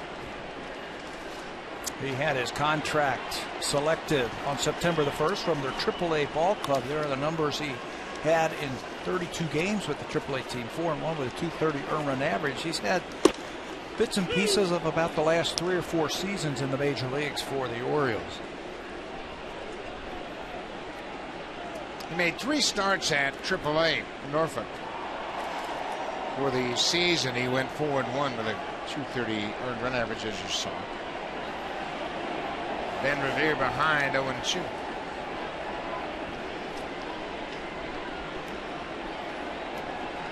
But Jacoby, we talked about the work that Jacoby and Owens have done with Goins and Pillar. And it's paid off for everybody. 10 home runs, 46 RBIs for Kevin Pillar in his first full season in the big leagues. They're looking at the scouting report of Steve Johnson.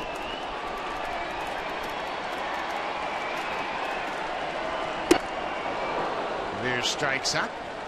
1 down. Blue Jays have pounded out 3 homers today. This is number 3 right here. I told you it's a long way over the scoreboard, and I think Chris Tillman knew that might have been his final pitch of the afternoon. Tillman did not retire a first batter in any of the 4 innings that he pitched here today. Out of the game after 3 innings plus a batter.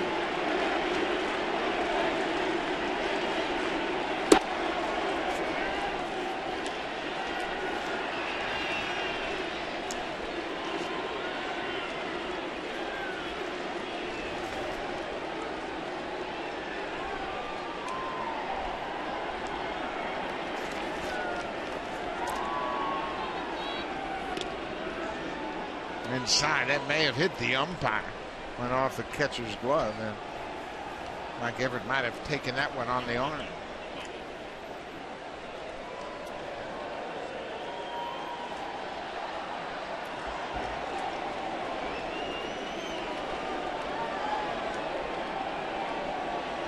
Chris Tillman, another rough outing at the hands of the Blue Jays. This is his 5th start against the Jays this season.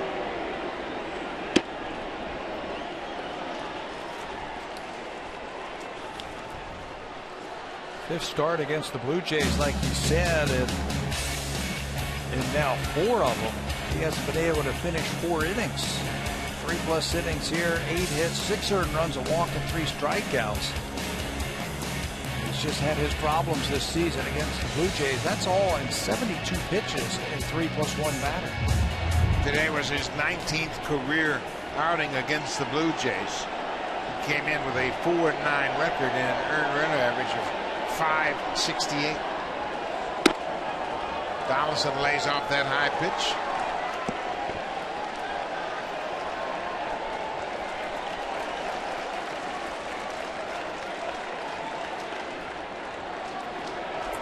Jose Bautista will be next.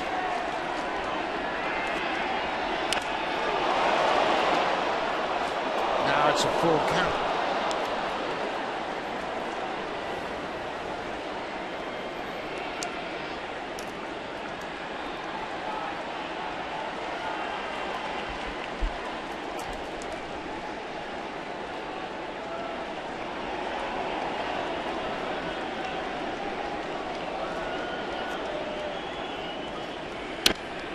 Fouled back.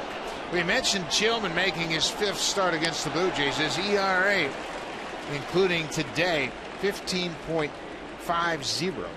Opponents have hit .407. The Blue Jays have.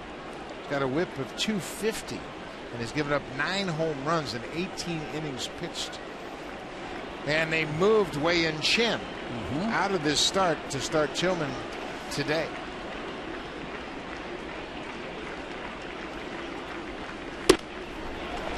Donaldson takes ball 4, and that'll bring Bautista to the plate, who's had a big series against the Orioles.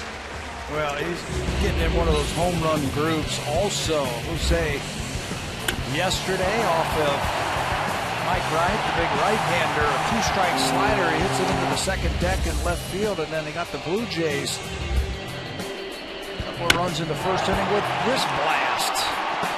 This off of Chris Tillman.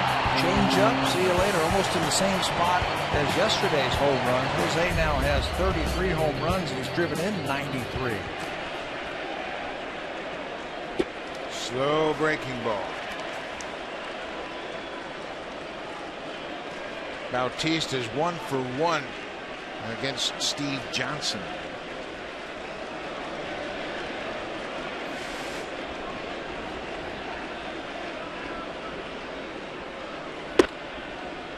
Johnson has spent time with the Orioles in 2012 and 2013. This is just his second appearance of the season for the Orioles. Let's go Blue Jays! Let's go Blue Jays! Pulled to third. Third, he goes to second for 1. The return is a good one by Scope, and that's the double play. So that'll end the 4th. We'll go to the 5th, 6-0 Blue Jays. Now time for Blue Jays Central Update. Here's Jamie Campbell and Greg Zahn.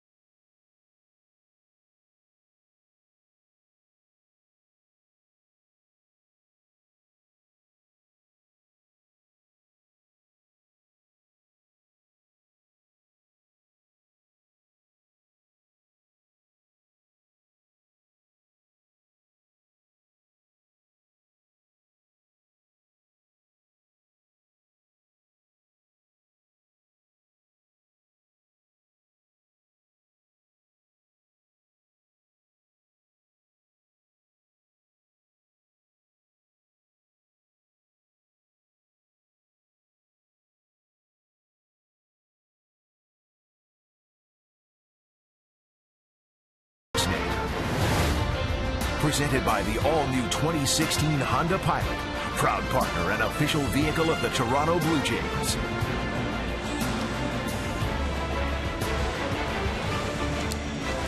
The Blue Jays have scored in 3 of the first 4 innings this afternoon. They have a 6-0 lead, and the Orioles haven't scored yet. They don't have a hit yet against Marco Estrada. They're trying to win this series. They lost the opener on Friday night, and everybody here at Rogers Center said, what do you mean you lost? Come on. But then David Price took the mound yesterday, won his 100th career game yesterday in a 5-1 win over the Orioles. And now Marco Estrada has followed suit. Clevenger, Reimold, and Flaherty, bottom third of the Orioles batting order.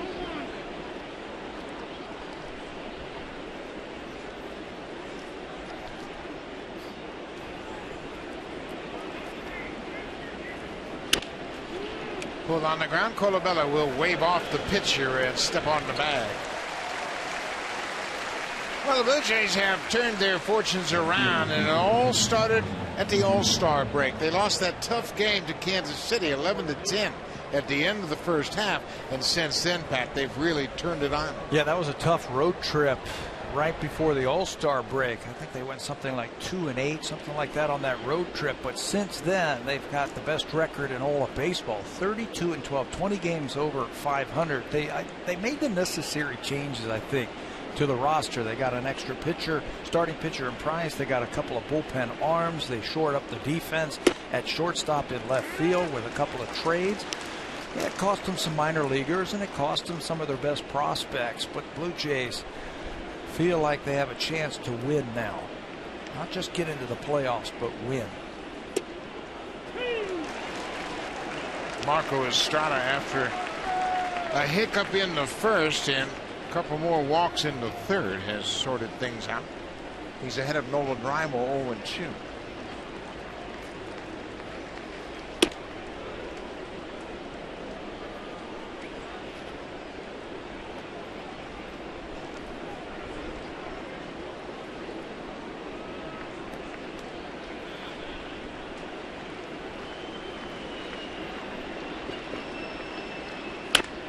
Ground ball in the hole. Tulowitzki will have to unload in a hurry, and he couldn't get a grip on the baseball. Rymel runs very well, and instead of just flipping it over in that direction, that'll be a base hit for Rymel. First hit of the ball game for the Orioles. Just couldn't get that ball out of his glove. The backhand he's going to throw on the run like he does so often. You can see he just doesn't have the ball on the transfer. So it will be an infield hit for the Orioles. They're first.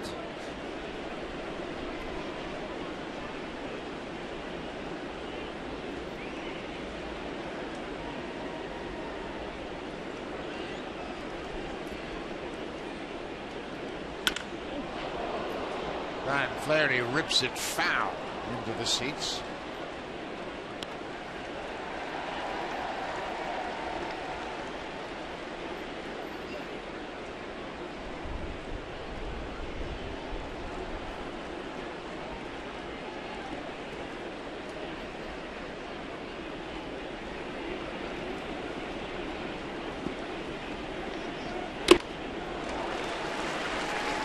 Now look at that pitch. It's 88 miles an hour. It's upstairs, and because he has thrown all 4 pitches over the plate, Flaherty swings right through it. There's Donaldson shifting, and you're right. To now, it's upstairs. Now you can go downstairs. You can throw a change up. You can throw a curveball, whatever. You can go back upstairs if you want to try and get another strikeout.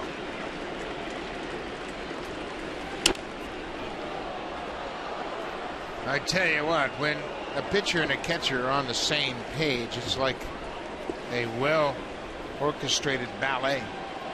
A couple of these, a little of those, back and forth, in and out, up and down. It's beauty. Well, you have to have confidence that the pitcher's going to hit your spot, and he's going to be able to throw the pitch where you need to. And to Marco's credit, he's been able to throw all of those pitches whenever he needs to. Navarro picks up on when he feels like teams are sitting on that changeup, like they're looking for that changeup because it's so good. That's when he'll bust that fastball in there. You see a lot of hitters take pitches right down the middle of the plate.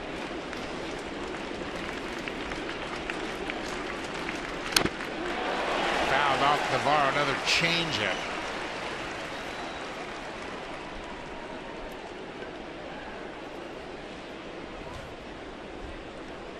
Marco Estrada checking with his middle infielders to see who has coverage on the comebacker. And Goins pointed to Tulowitzki, so it'll be the shortstop should there be a comebacker to the mound. Fastball up. That's high and deep to right. Flaherty got on that one. A 2-run home run, his 7th home run, and the Orioles are on the board here in the 5th.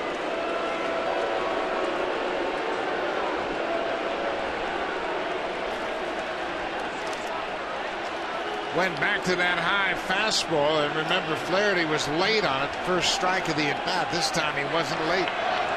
7th home run of the season for Flaherty, and Baltimore Orioles, they hit a lot of home runs too. Wanted this one up just a little bit more. He keeps his hands in the barrel of that bat up and takes that one out of here.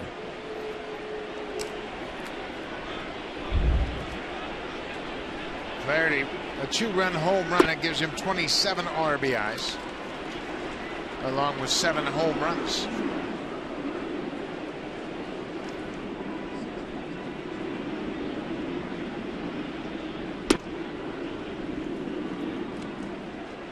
Manny Machado has walked twice this afternoon. 4 walks total this afternoon for Marco Estrada. This is popped up to right. Bautista throws that glove up. He says, I got it, and calls off Pilar. 1, 2 down now.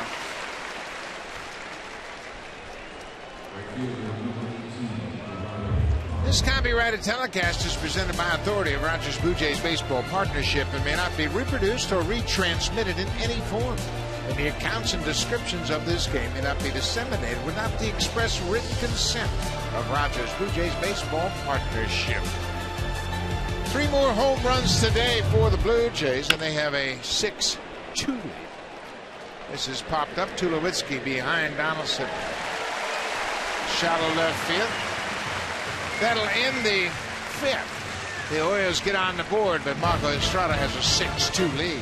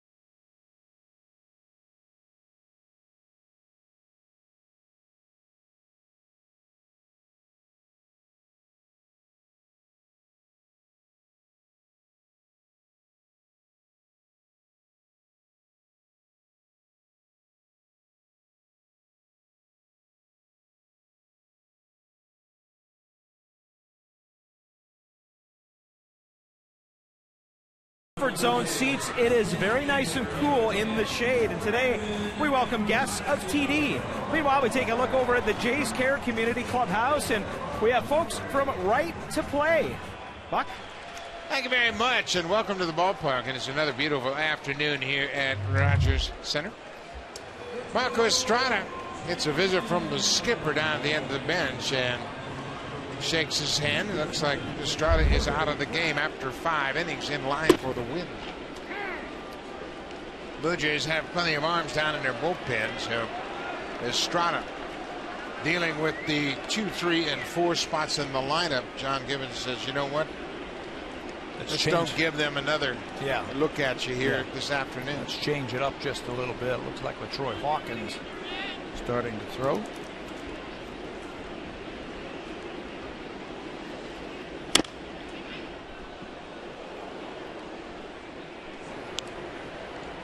There's the Hawk.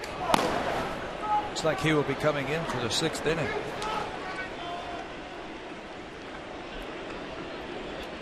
John Gibbons has lots of fresh arms down there. The starters are pitched deep into the ballgame, so the bullpen has been well rested. Plus the addition of the September call-ups.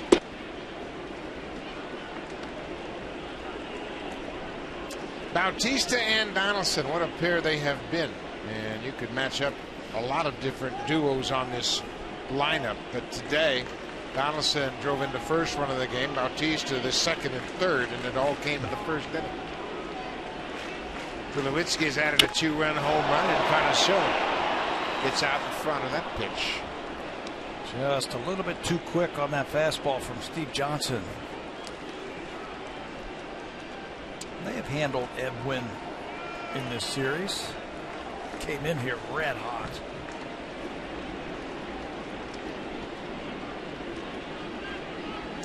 Edwin this season came in this game batting 198 against the Orioles.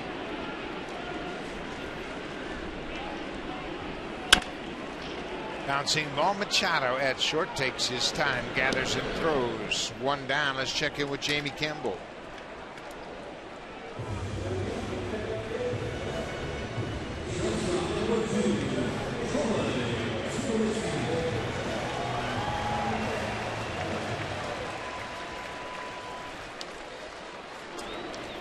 McCann's 25th, and A-Rod hit his 28th. So the Bronx Bombers have jumped on Chris Archer. Archer was cruising in that ball game. Coming into this game, Archer has a 5-0 record against the Yankees. Looked like a sure bet, didn't it? 3-run lead. Chris Archer on the mound. There are no sure bets in September. No. Those teams that are out of it, they want to knock off the contenders. And they're dangerous. Tulowitzki homered his last time up.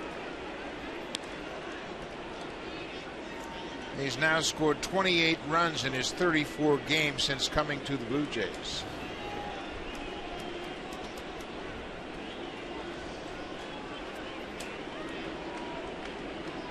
Steve Johnson in relief of Chris Tillman.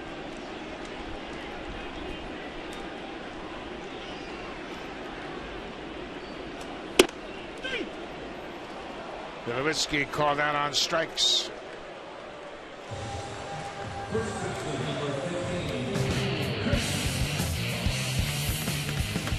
Swing for the fences and save during the DIY expert sale. Only at Home Building Center and Home Hardware Building Center.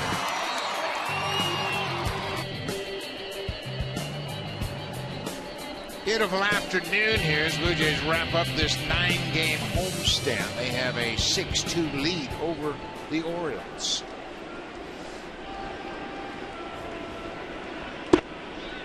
Chris Colabello has struck out twice so far this afternoon. Had a big game here on Friday night. 3 hits to get that average before. Tonight up over 330. He'll always find a way, doesn't he, to scratch out a hit against tough pitching? Stays in a big part of the diamond. Stays on pitches away, doesn't try to pull it.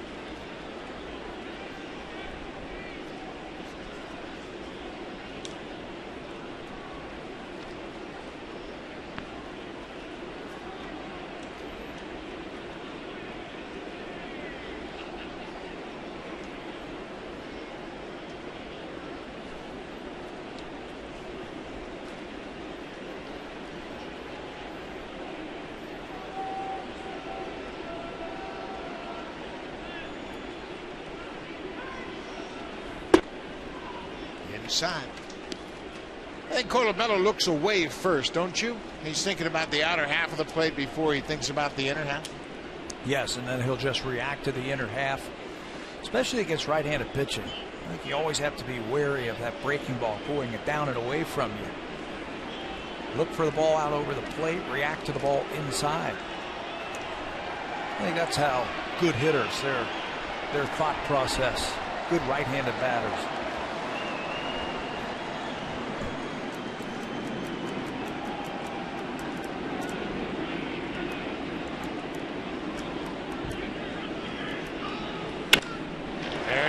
Pitch away, slaps it into right.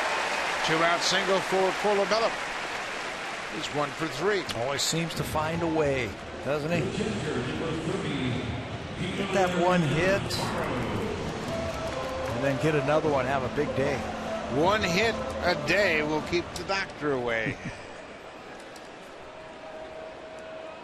Yonder Navarro, he had a hit, had a breaking ball, and hit it into center. That's Jonathan Scope, the second baseman.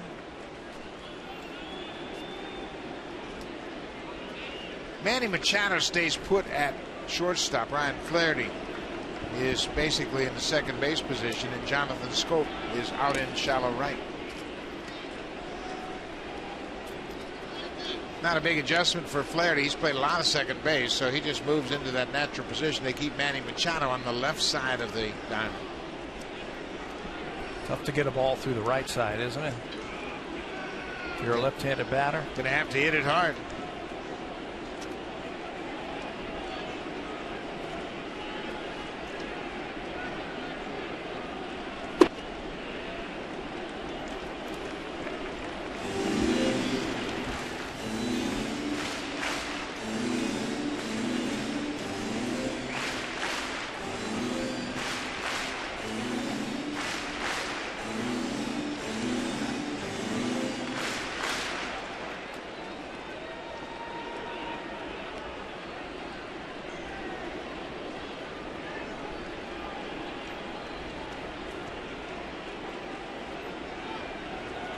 Two balls and no strikes to the Blue Jays catcher.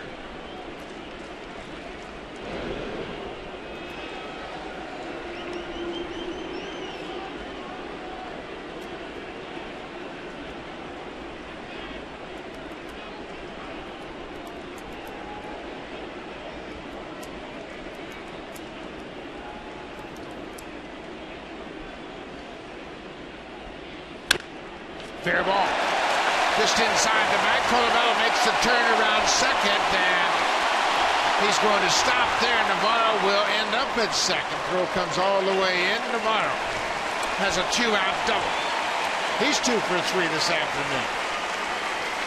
We were talking about it yesterday about backup catchers. The first thing you have to do, you got to catch a good game, call a good game, and then anything you get offensively is a bonus. Well, Navarro can hit too. He singled his last time up, and then he rips this pitch right between Davis, who was holding the runner on, and the bag. It's down into that corner.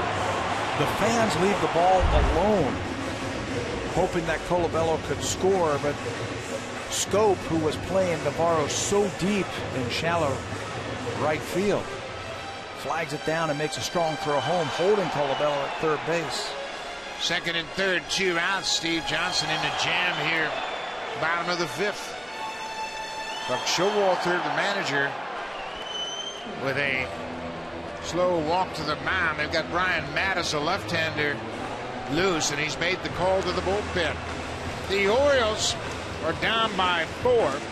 Ryan Goins, the left-handed hitter, at the plate, so they'll go to the pen and bring on Brian Mattis.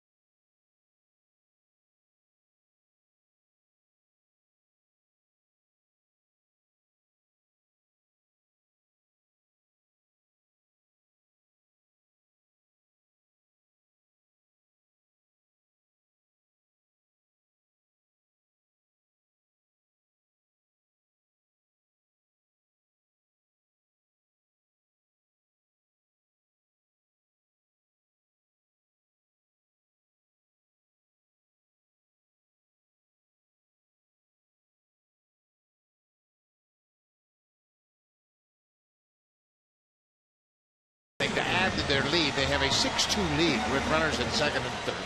Ryan Goins, a left-handed hitter, is the batter, and Orioles have gone to their bullpen. Can't afford to give up any more runs, so they're going to bring in one of their best left-handers right here. This is Brian Mattis. 47 games, he's 1-3. Look what the lefties have done against him.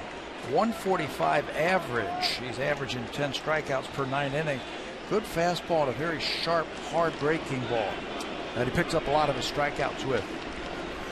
Trying to save a couple of runs for Steve Johnson. First pitch is inside. Mattis has done a good job retiring first batters. He's retired 36 of 47. Going single his first time up.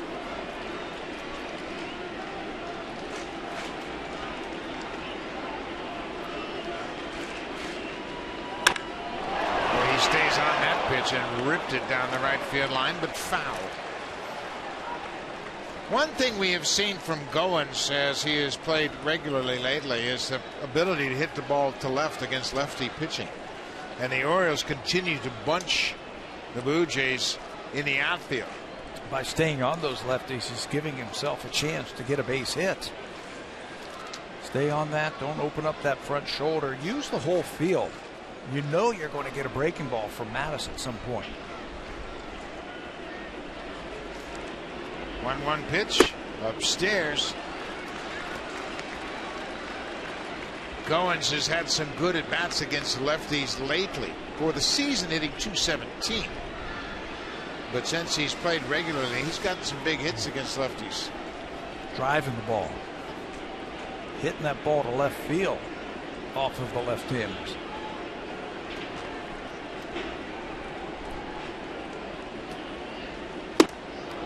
Mattis comes with the high fastball. Mattis is a former #1 pick of the Orioles, and he was originally a starter, but boy, has he found a home in their bullpen.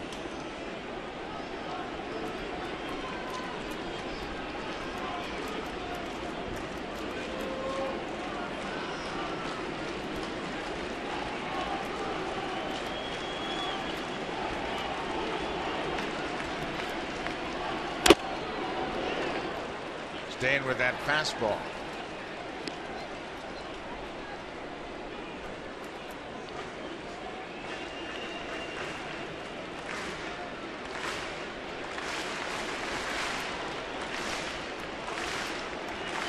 Mattis had a 3-inning outing pitching out of the bullpen back on the 21st of April right here at Rogers Center. That was his longest outing of his career as a reliever.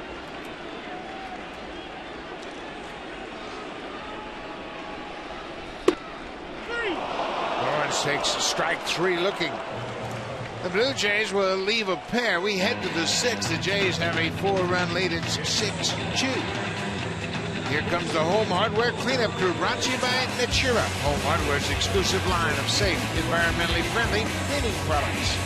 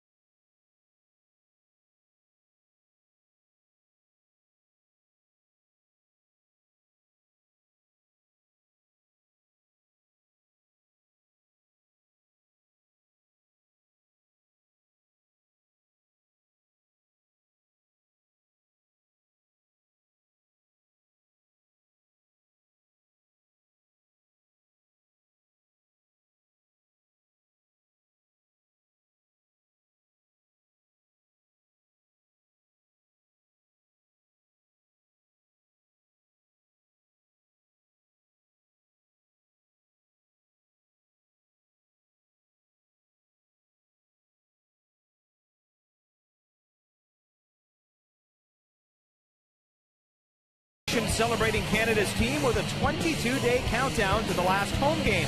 Share your passion with hashtag 22days Blue Jays and let the celebration begin. And Buck, as you know, this passion for the Blue Jays goes from coast to coast here in the country. Well, it sure does, Barry, and certainly we have seen it as we travel around North America. We see a lot of Blue Jay fans everywhere, and they recognize that the Blue Jays picked up a real class act in LaTroy Hawkins, who's become an integral part of this bullpen. He takes over for Marco Estrada. After 89 pitches, Marco Estrada is out. LaTroy Hawkins is in 3-1 with a 267 earned run average. He is now 10th all-time in games pitched in the major leagues. Hawks now been in 1,037 appearances, and he has done a fine job for the Blue Jays. Last work on the 31st, that was versus Cleveland, where he threw an inning, gave up a couple of hits and a strikeout. So Marco Estrada is in line for the win. It would be his 12th win of the season. The Orioles have managed 2 runs on 2 hits, and they both came in the 5th inning. A 1-out single followed by a home run off the bat of Ryan Flaherty.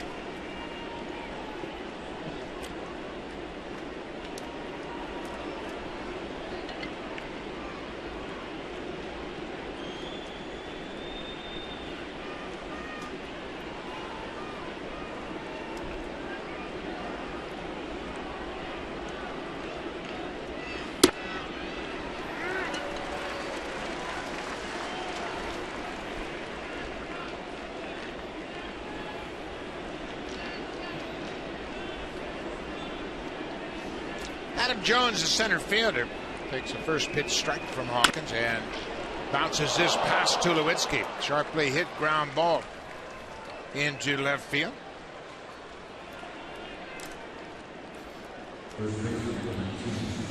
He covers so much ground at shortstop, Tulowitzki, and he's got those long arms, and he just cannot come up with this ball. Ball's hit pretty hard by Adam Jones. A little leadoff single, and just like that, they bring another home run hitter to the plate. That's why Buck Showalter went to Mattis with 2 runners on and brought in Brian Mattis to strike out Ryan Goins. He said, hey, we are right in the middle of this ball game, especially where we are in our lineup. Chris Davis was walked intentionally in the 1st, popped out in the 4th.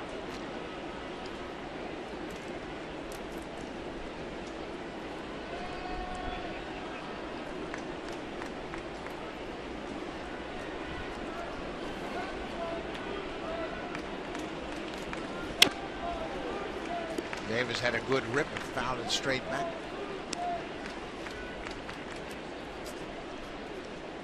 Blue Jays for the season have an 8-6 advantage over the Orioles. But these 2 teams have gone toe-to-toe all season long. Hey, whenever you're in the American League East, everybody knows each other. You're so familiar with each team. You play them so much.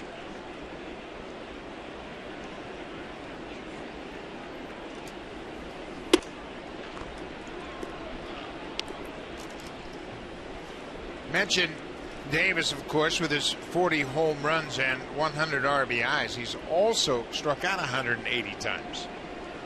That leads the American League. 180 strikeouts.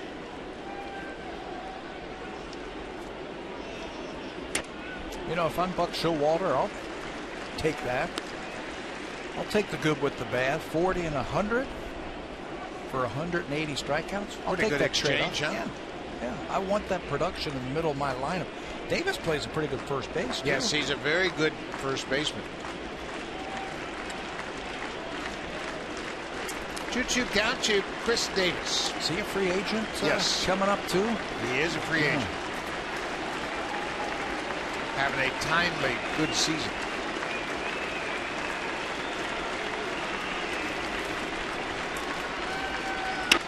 He gets jammed. Tulowitzki back into the outfield, backpedaling, makes the catch. Hawkins gets in the kitchen to Chris Davis. Boy, that was an excellent pitch by LaTroy Hawkins against a big slugger like Chris Davis. You don't want him to extend and hit that ball out in front. And Hawkins was able to get that ball in there and pop him up.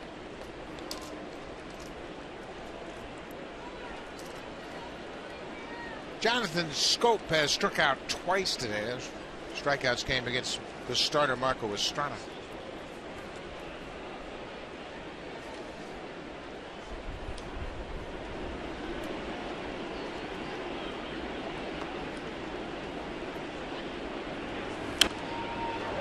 Goes after the first pitch.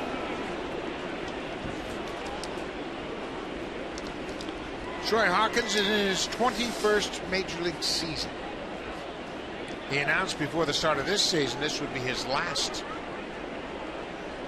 season as a Major Leaguer. Think he might change it? Change his thought process? He's having a really good year. Yes, he is. They've used him very effectively. Haven't used him a lot. Picked the spots very effectively. Scopes behind 0-2. And he fits in perfectly, I think, with this club and this bullpen. He's become a leader down there.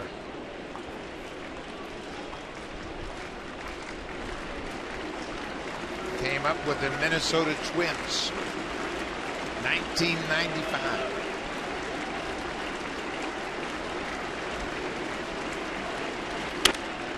Scope reaches for it, pops it into shallow right. Goins is out. The second baseman makes the catch.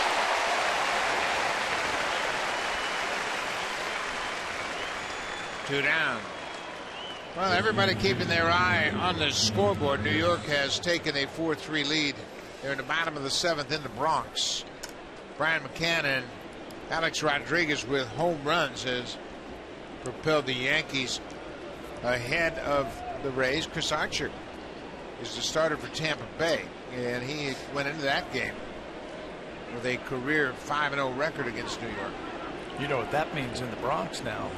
After the opposition's hit 7 times, baton says Miller time. Yeah, it is Miller time indeed. 2 outs. Jimmy Paredes, the DH, has flied out and struck out.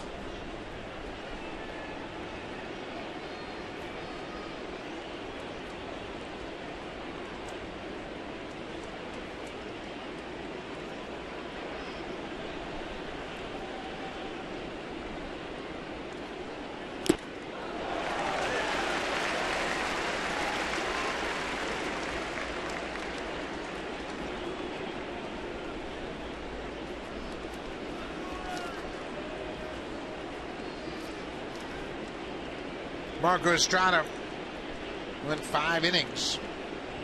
About 2 runs on 2 hits.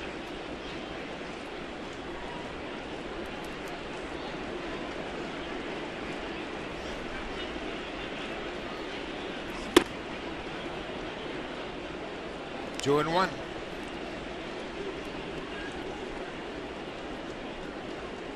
Estrada came into this ball game with an opponent's batting average at 210. When the Orioles went 2 for 16, that drops his opponent's batting average to 207.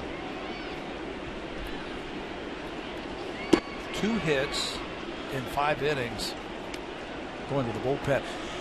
He was just off a little bit with his command. 4 base on balls to go along with 4 strikeouts really got that pitch count up. Actually, I think it had a lot to do with where the Orioles were in their batting order. Adam Jones, Chris Davis, and Jonathan Scope. Just wanted to give them a different look. Fly ball deep to left. Revere is on the run at the track. He jumps it over his glove off the wall. Jones comes around third. He's going to score. Paredes, an opposite field RBI double with 2 outs here in the 6th. And the Orioles have made it a 6-3 game. They can strike at any time because they've got so many good hitters and power hitters in their lineup. That's Paredes' 17th double of the season. He just went with that pitch. Fastball away, just slices it down the line. Revere's been coming up with everything in the outfield, but he can't come up with this one. It's just out of his reach. Look at the effort from Revere. just over his glove in left field. The ball's hit so hard he just couldn't get back there to time that catch, and with Jones running on the swing, scores easily. Steve Clevenger, the catcher, a couple of ground outs so far this afternoon.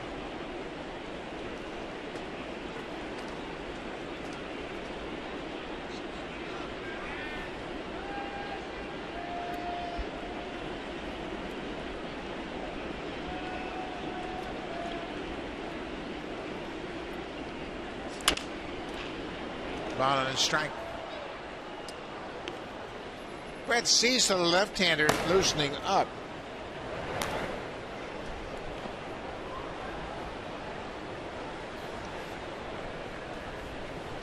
The wheels are spinning now. Buck Showalter made a very proactive move going to the bullpen in the 5th. Blue Jays stranded a couple of base runners. Mattis came in to get going. He knows if he has any chance to win this game, he's got to stop the bleeding. Blue Jays have had a lot of opportunities. Along with the home runs, they've also left 5 runners on base in 5 innings.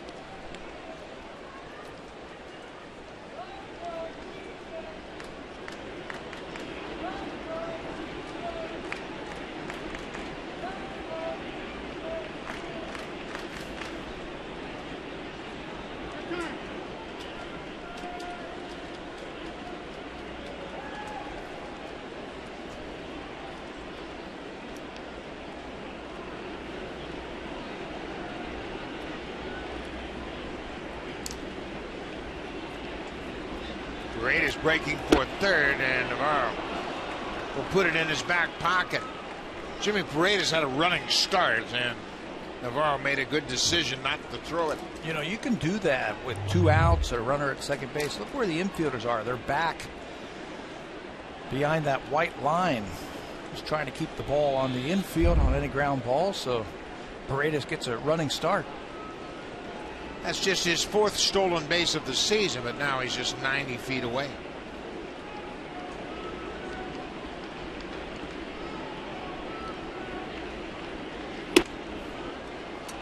Clevenger walks.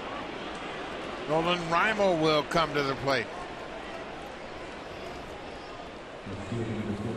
John Gibbons pulled Estrada after 5 innings and 89 pitches, and he struggled with his control at times. He walked 4, struck out 4. 2 runs on 2 hits for Estrada. But now the Orioles are threatening. They've scored a run here in the 6th. They've got runners at the corners, and Nolan Rimo at the plate. Yeah, one of those walks was intentional. One of those hits was an infield hit. John Gibbons now can't sit still. 3-run lead. This is a tying run at the plate now. Nolan Rimo had that infield hit in the 5th. That was the first hit for the Orioles. He came with 1 out in the 5th.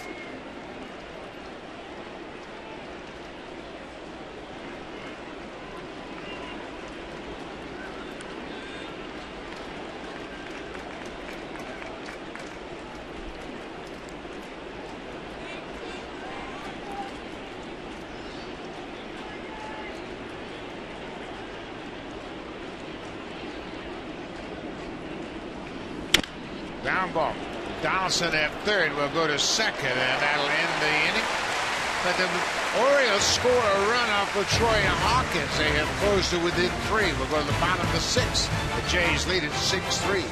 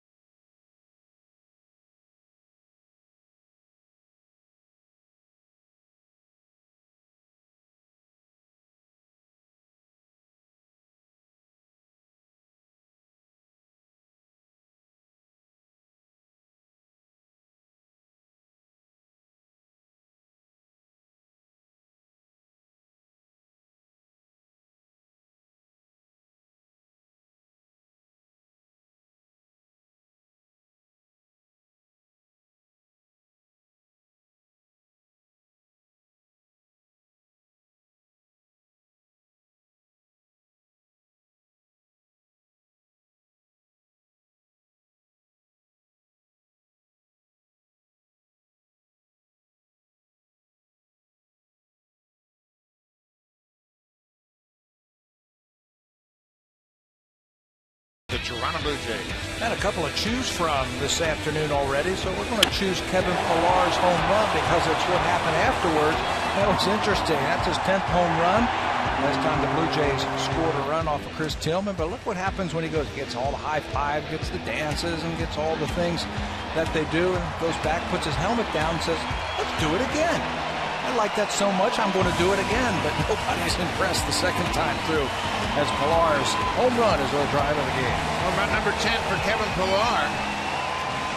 He becomes the 7th Blue Jay this season to hit double digits in home runs. New pitcher for the Orioles, Chaz Rowe, making his 30th appearance of the season.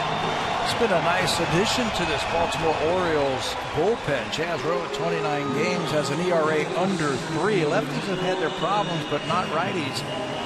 He's had a .213 batting average against those right-handers. He's had a lot of strikeouts. He's got a quick fastball and a very sharp breaking ball where he gets a lot of those strikeouts. So Brian Mattis comes in, faces one batter, gets Ryan Goins, and now they go to the bullpen with Chaz Rowe.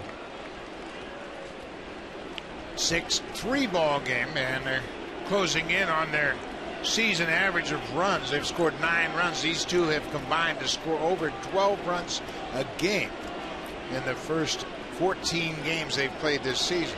So we're not done yet. Pillar 1 for 2 with that home run back in the 4th.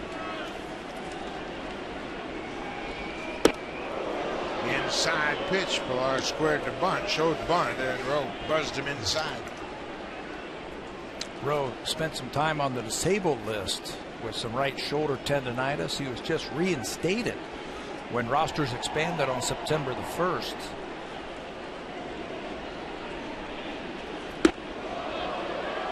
Another inside pitch. Rowe has spent time with Arizona, the Yankees, and this year with Baltimore.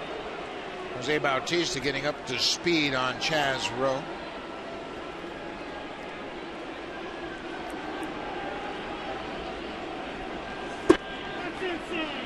Inside, 3-0.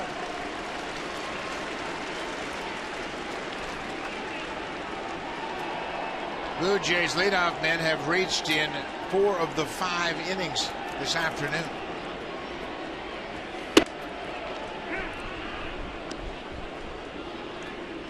Ben Revere, the leadoff man, is on deck.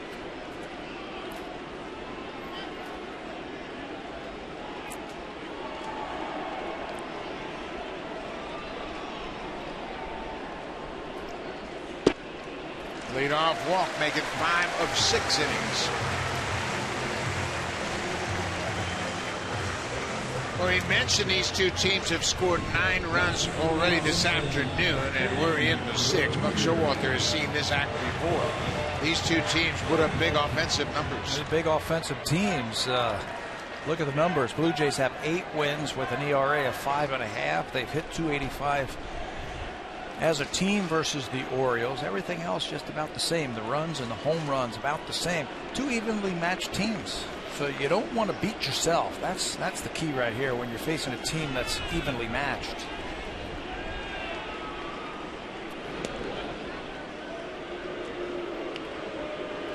Blue Jays have a good hit-run combination. Pillar at first has good speed. Revere puts the bat on the ball. He doesn't swing and miss many pitches.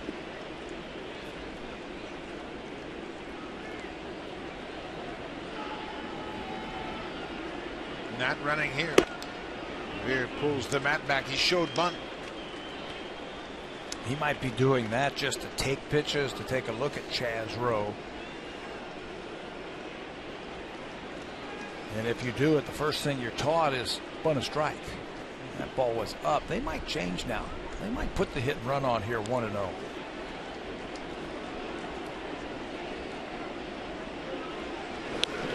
The Orioles think they might. 6-3 ball game.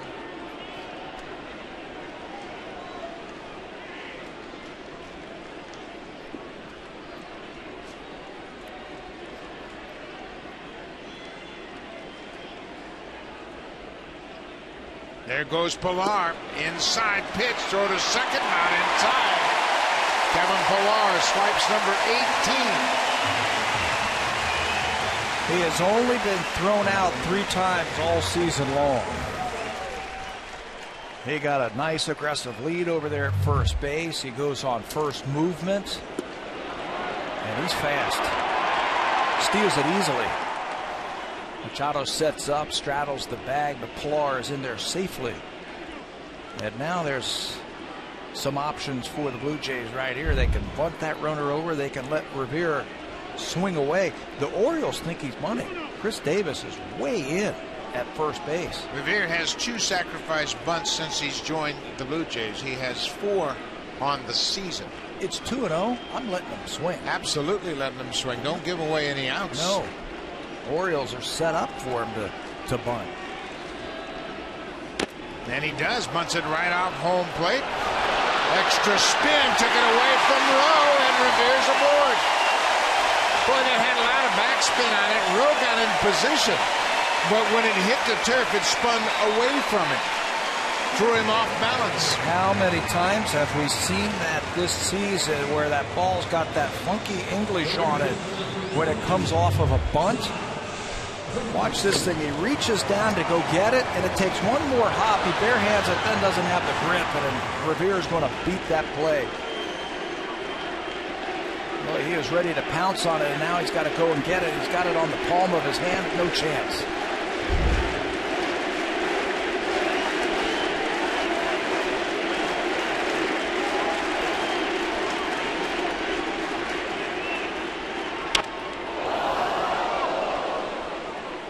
Josh Donaldson.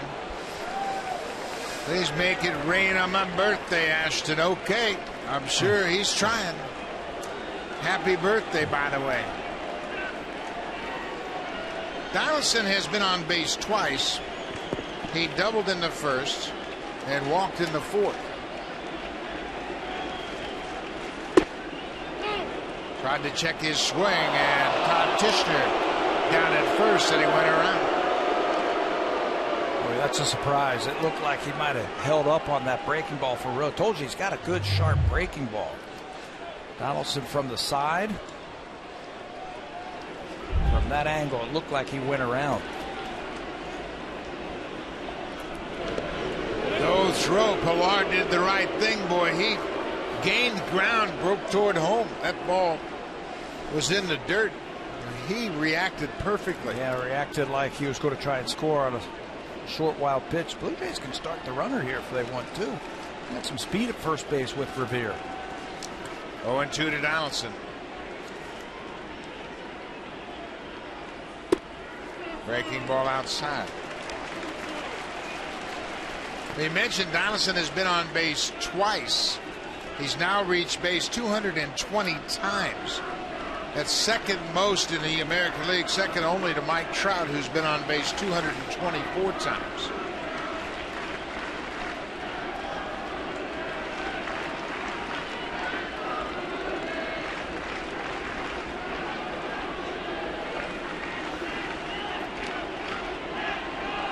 There goes Revere.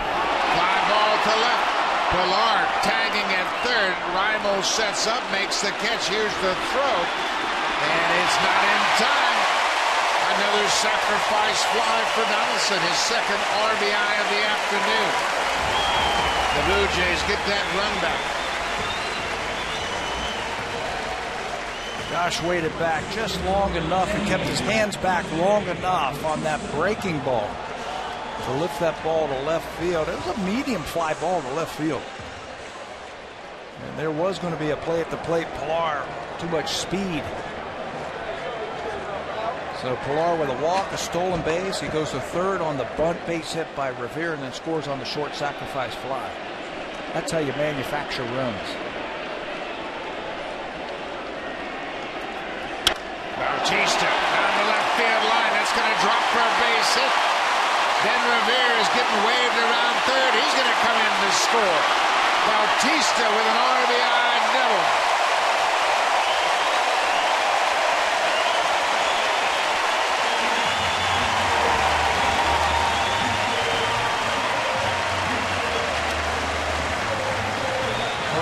Nothing like having speed right on the bases.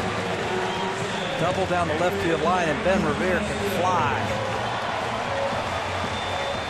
Jose Bautista certainly appreciates that. This ball ripped into the corner by Bautista.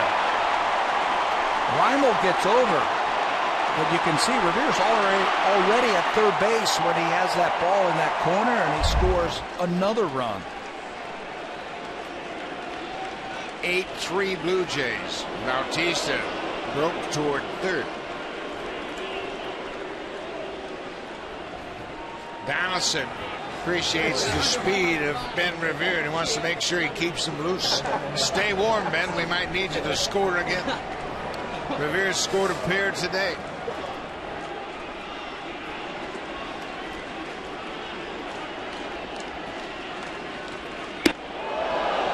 That's a breaking ball. Fans are reacting on a ball inside, but that's the third time that he's backed up that breaking ball. You can see it right there. And that backs Edwin off the plate. Dave Wallace out to the mound, and while we do that, check out the speed on the bases. Yeah, he can read right there that that's a double, and I've got a chance to score. So he keeps his head up, picks up Luis Rivera, and he's got his head down, and scores without a throw. There is no substitution, I think, for speed. Leaning into those bases as he went from first to home. Top three spots in the order, doing a lot of damage here today. Everybody on the Blue Jays now have a hit. Everybody, 1 through 9.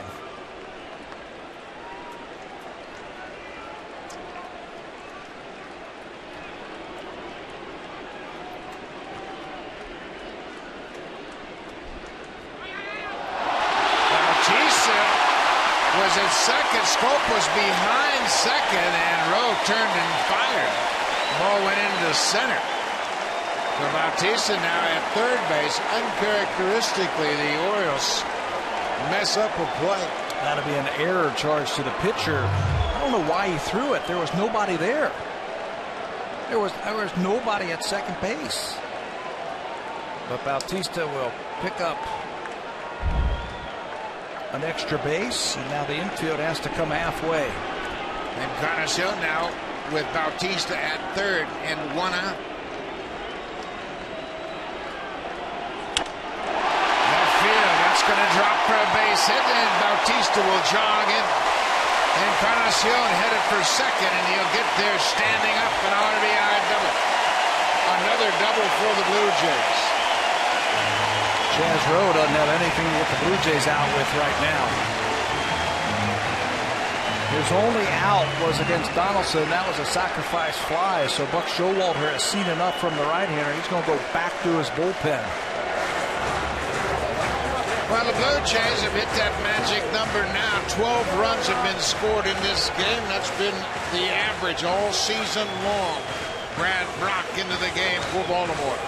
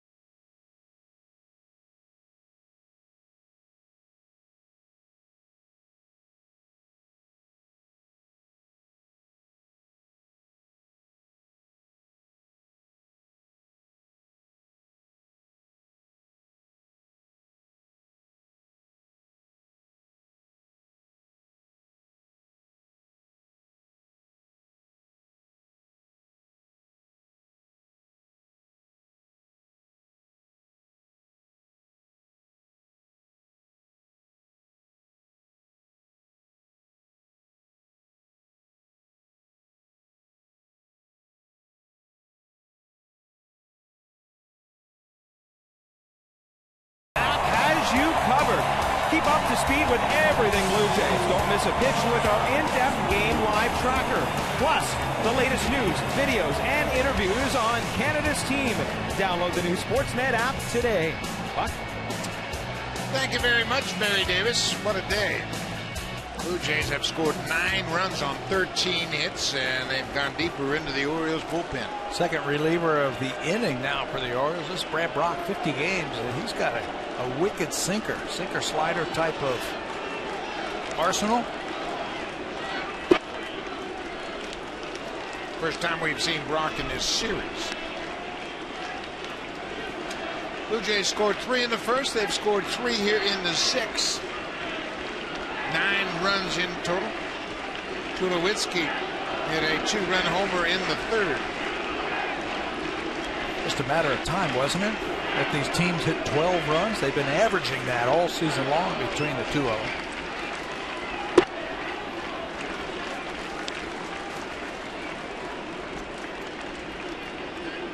Always talking baseball. And you can see Donaldson is explaining how Ben Revere got that base hit. He bunted the ball in front of the mound and had a lot of spin on it and really threw Chaz Rowe off balance. He expected it to come toward him. He did the right thing in not throwing it. Might have thrown that one away, but it really set up the whole inning, I thought, for the Blue Jays. Ben Revere's finest wedge. Had a lot of spin on it. 3-0 count to Troy Tulowitzki.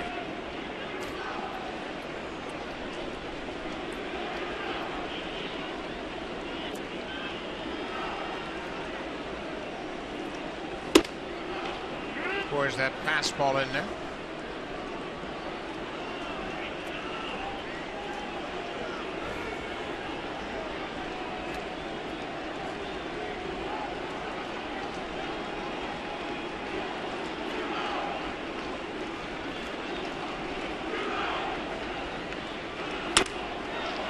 Ground ball to short.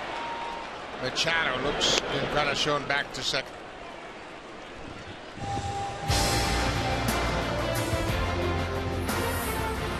The all-new 2016 Honda Pilot, proud partner and official vehicle of the Toronto Blue Jays.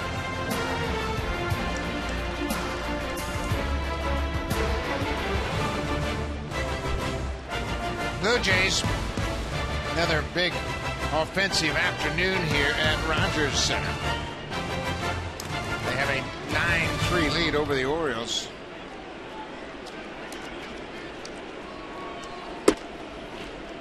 Chris Colabello had a single to right his last time up. Everybody, as Pat mentioned, in this lineup with a base hit today. 4 of them have a multi-hit game. Revere, Bautista, Encarnacion, and Diana Navarro have multi-hit games. 13 hits altogether for the Blue Jays.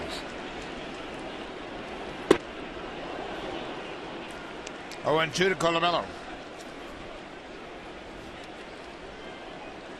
Brad Brock is the 4th reliever to work for the Orioles here this afternoon.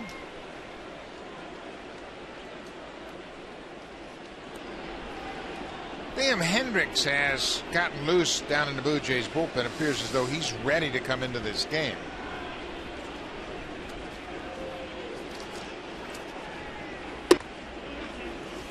Outside.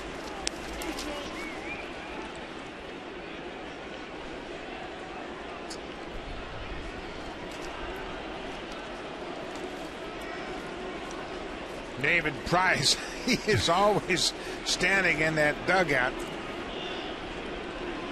I think he wants to play. Finally got a shot of him hitting today. Pitcher's got the hit this morning. Yeah, that really created a stir. Both he and Drew Hutchison took batting practice as they will pitch in Atlanta.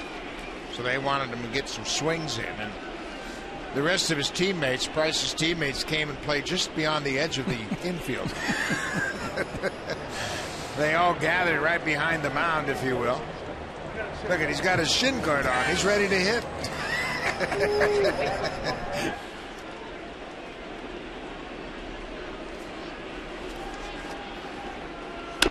Colabello bounces it to third. Flaherty across the diamond. That'll end the bottom of the 6th. The Blue Jays score 3 more runs. They've taken a commanding 9-3 lead.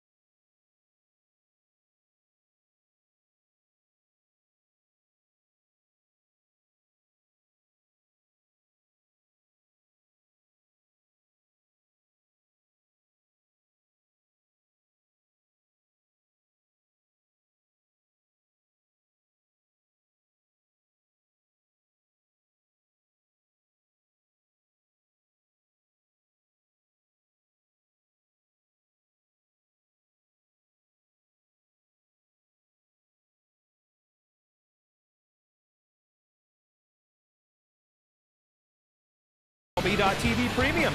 Real-time highlights, live look-ins, pitch tracking, and much more.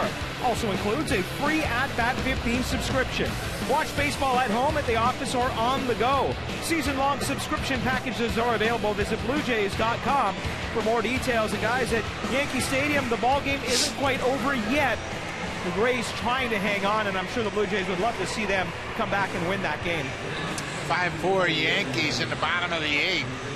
As Tampa Bay has made it a ball game late. New pitcher into the game is Liam Hendricks, and what a season he's put together, Pat. Yeah, look at some of those sterling numbers for Hendricks in 46 games. He's undefeated at 4-0 and ERA at 2.62. He's only walked 10 batters this season. He's done a good job pitching middle relief for the Blue Jays. Justin Smoak takes over defensively at first base for Chris Colabello. Ryan Flaherty has been aboard twice. He walked in the 3rd, homered in the 5th. Drove in the first 2 Oriole runs.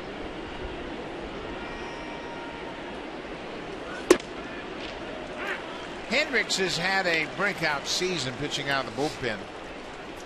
His ERA 2.62, by far his best earned run average of his career.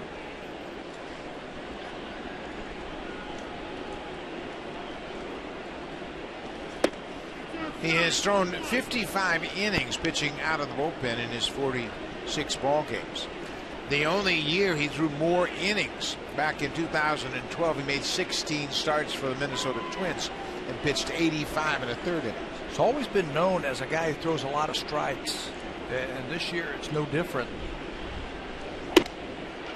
The only difference, I think, is the miles per hour that you're seeing from Hendricks out of that bullpen. It's gone up. Liam last worked a couple of days ago in this series, the first day when the Blue Jays used 5 relievers. Had a nice inning. Fly ball to center, not that deep. Pilar out in center makes the catch. The Blue Jays will leave after this ball game and head to Boston. They'll take on the Red Sox. It'll be a Labor Day afternoon game on Monday. Mark Burley will match up against Rick Porcello. Then R.A. Dickey, who's really on a roll. He's won 7 straight decisions. He'll go up against the left-hander Henry Owens on Tuesday night. And then Drew Hutchison goes up against the red-hot Joe Kelly. Kelly, like Dickey, is on his last 7 starts. Line to right. Machado lines out to Bautista. Well, obviously, games are being whittled off the schedule. Blue Jays will wrap up this Orioles series, then go to Boston for 3. And then how about the 4-game series in New York? It starts Thursday night, Friday night, Saturday afternoon. A 1 o'clock start Saturday afternoon, followed by a similar start on Sunday. Blue Jays will have an off day on Monday in Atlanta, and then they play the Braves 3 straight before coming home.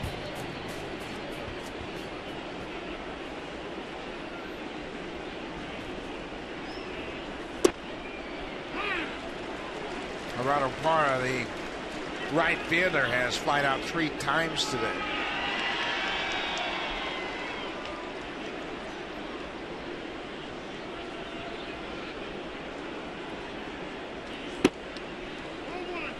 The Blue Jays' final homestand will start on Friday, September 18th.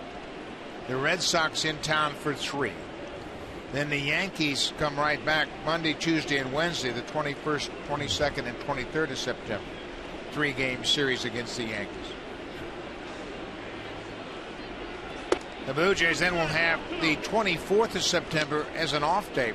Tampa Bay will be the final series at home during the regular season.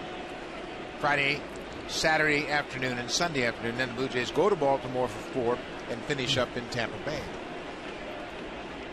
This is when it gets real fun. Another fly ball. Parra hits it high into center field. Liam Hendricks, very efficient inning, just 9 pitches, retires the side in order.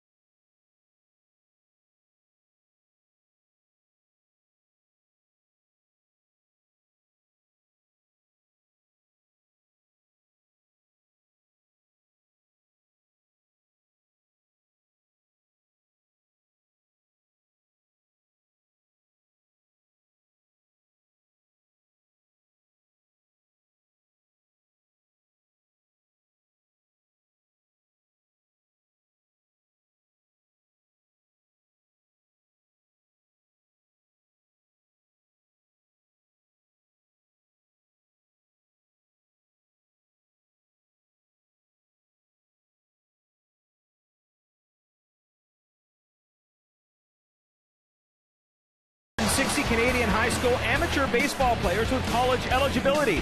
It's Tournament 12 presented by New Era and Roberto Alomar. It goes from the 14th through the 18th right here at Rogers Center. For tickets, visit bluejays.com/T12. And today we recognize some members of Ontario Black, including Andy Yearsey, Brad Aldred, Ryan Kula, Elliot Curtis, and Zach Fascia. And Buck, I saw Andy Yearsey at the Junior Home Run Derby this year, and this kid can hit some bombs. He ended up winning the Derby. That'll be interesting, and that all happens right here at Rogers Center while the Blue Jays are on the road. So make sure you check that out. New pitcher is the rookie Jason Garcia. This is Buck Showalter, I think, at work. He pitched in yesterday's ball game and did not fare very well against the Blue Jays. An inning, 3 hits, a couple of earned runs, so he's going to get his rookie right back out there. Try to get him some confidence here in the bottom of the 7th inning. John Navarro. Yanner's had another good day at the plate. He's 2 for 3. And he did a great job behind the plate.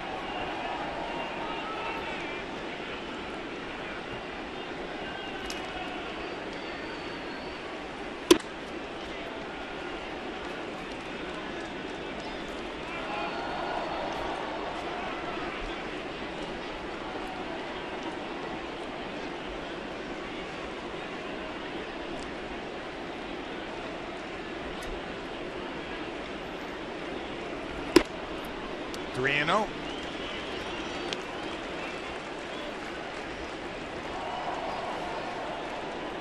Blue Jays have 9 runs on 13 hits. The Orioles have 3 runs on 4 hits.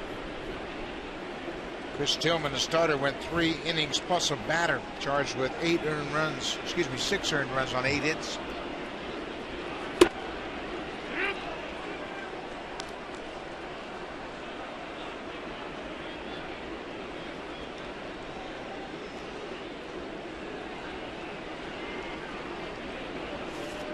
The Orioles will leave here and go to New York. Play the Yankees in a 3-game series.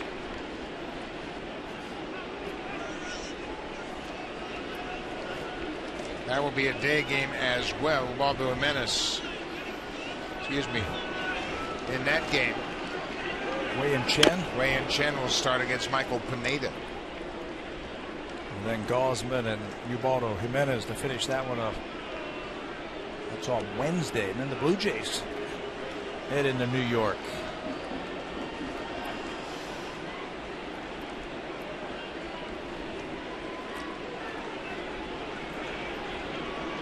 Full count to Navarro, leading off the 7th.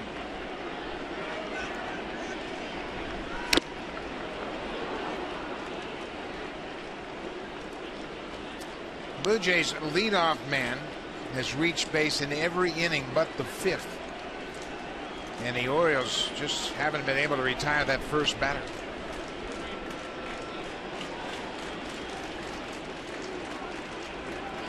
Marcus Stroman, he's excited about tomorrow.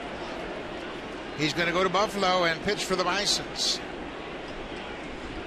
He hasn't been able to wipe that smile off his face since he got here. He's been here all weekend long. As Navarro goes down, he's also probably go with the team because the Bisons play in Pawtucket, a very short drive from Boston. And if all goes well, he might come right back to Boston and join the team at Fenway Park.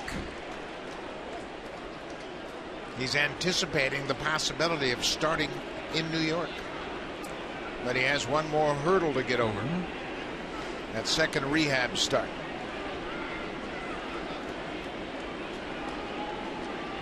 Ryan Goins, he's 1 for 3.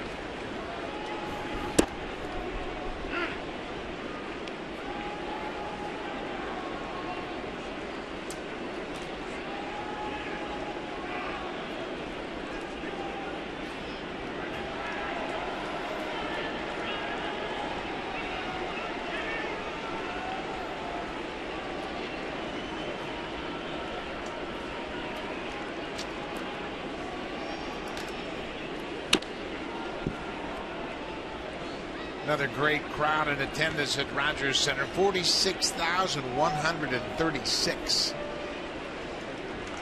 And the beat just keeps on coming. And you can bet that next homestand, that'll be sold out as well. Boston, New York, and Tampa Bay, the final homestand of the season. They all came out here. They wanted to see some home runs, and the Blue Jays have hit 3. They wanted to see some good defense. They've seen that. They wanted to see some offense. Blue Jays have put up 9.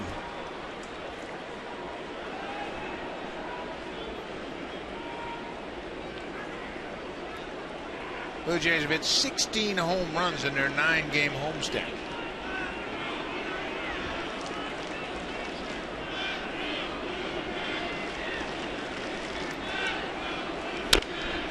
That's rolled toward first. Big bounce for Davis.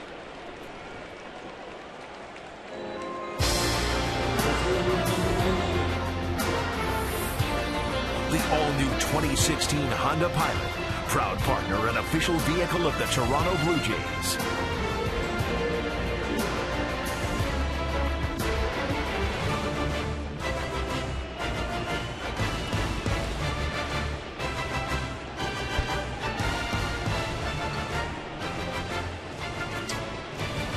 Kevin Pillar has scored a pair of runs this afternoon.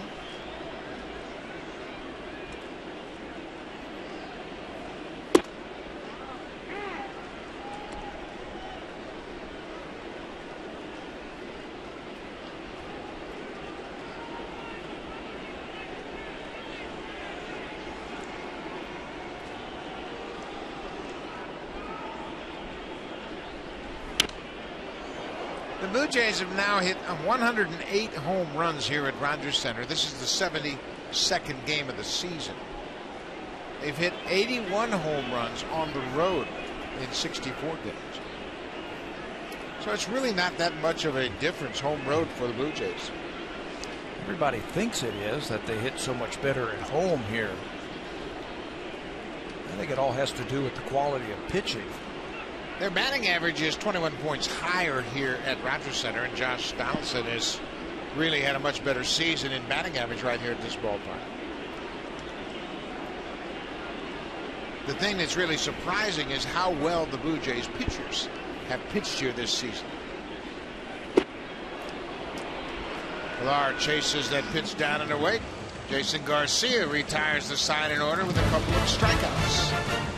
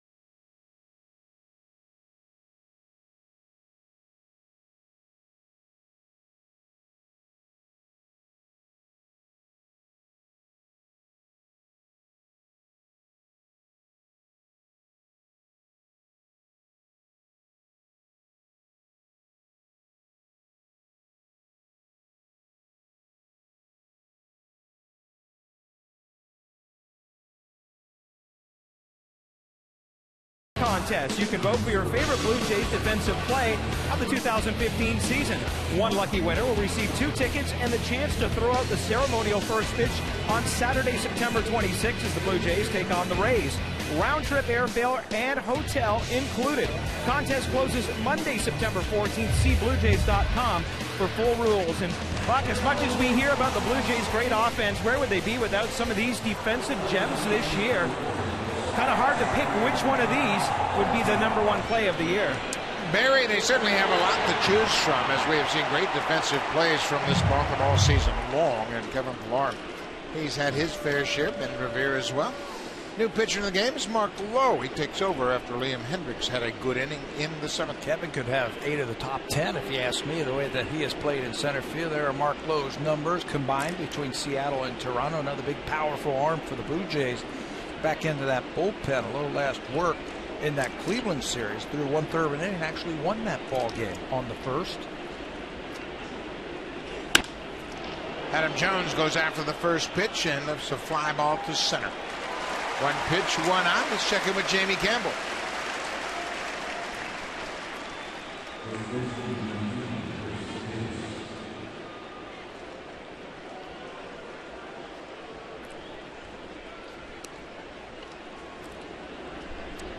Didi Gregorius has had a heck of a second half. He has really gotten some big hits for the Yankees and done a terrific job, and certainly a big hit today as he adds to that Yankee lead.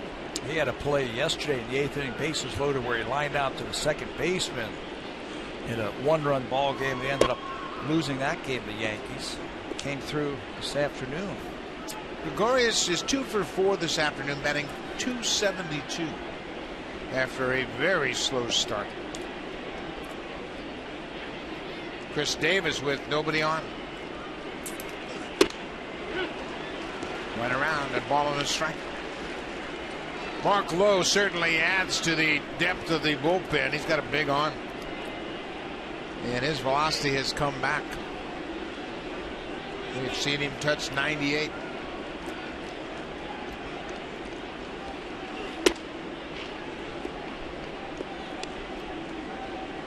I think you have to challenge Davis with power. Preferably belt high inner half. Yeah, you might get beat sometimes with that fastball. When you possess a fastball like Mark Lowe, I think you do. That's a hard slider. It's 87 miles an hour. What a tear that Chris Davis has been on. Blue Jays have kept him quiet today. John Gibbons was able to walk him intensely in the first inning. That's going to get down for a base hit, go into the corner. Bautista over to play it off the wall. Here's the throw to second. Not in time. Chris Davis with his 22nd double of the season. You're just talking about fastballs preferably up and in. This time it's a breaking ball. He's a good low ball hitter. You can see I can go down and get that ball and just golf it into the corner.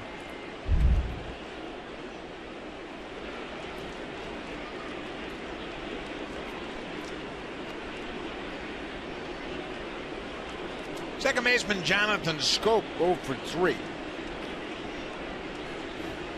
Top of the 8th inning. Blue Jays scored early and often. 3 in the first, 2 in the third, 1 in the fourth, 3 in the 6th.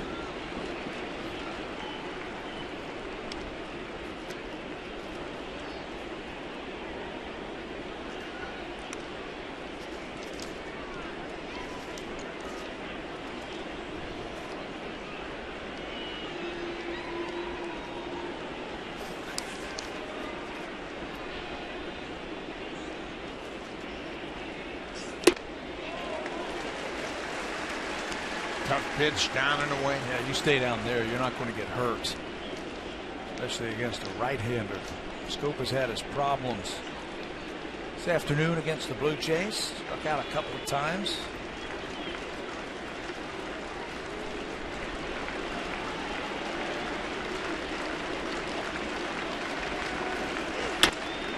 Ground ball. Goins to his left. Goes Schoop out. Davis goes to third. 2 down.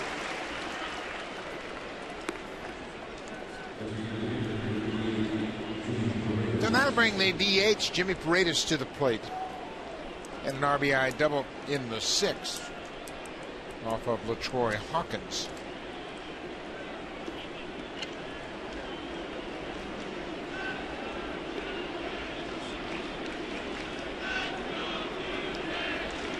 Blue Jays prior to this homestand had a 6-2 road trip.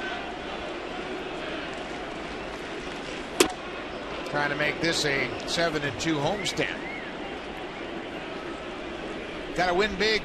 Yeah, you got to beat part of the season. You got to beat the teams that you have to beat. And Detroit came in here, the first team in this 3-team homestand, and Blue Jays took care of business there.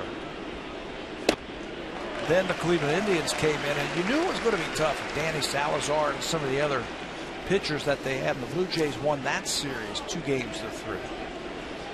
And here come the Baltimore Orioles, and I don't care what their record is, where they are in the standings. Whenever you get back in the American League East, 2 teams, they go at each other.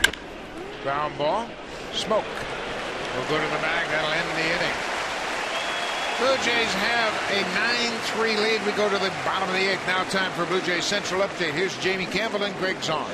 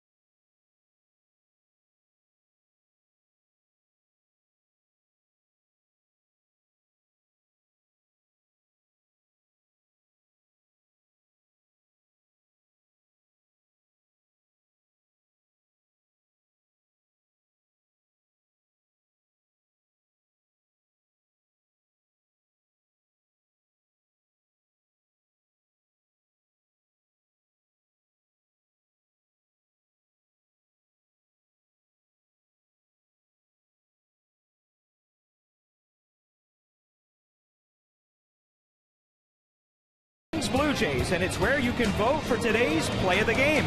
You can do it every day and today following every Blue Jays game right here on sportsnet.ca. Buck, there's 4 home runs, 3 home runs you can choose from today among some other plays. There's a lot going on in this ball game today. Certainly you can look at the effort by Marco Estrada, his 5 strong innings. He allowed just 2 runs on 2 hits. The offense, Bautista with his 2-run home run in the first. Josh Donaldson's driven in a pair. Everybody in the lineup has a base hit. This is Oliver Drake. We're looking at him for the 2nd time in this series, and Drake making just his 8th appearance of the season. Saw him on Friday night. He threw an inning, had a couple of hits, struck out the side, and also issued a walk. Got a nasty strikeout pitch that goes straight down. There are his numbers in 7 games, 372 earned run average. Getting some work here, and he will face the top of the lineup for the Blue Jays. John Navarro continues to teach. He's talking about low slider, how he wants it to go backdoor and really pinpoint that outside. Navarro's a terrific catcher, having one of his best seasons in my mind. Doing a great job. Of course, he was knocked out with a hamstring injury early in the season, but he has really caught well.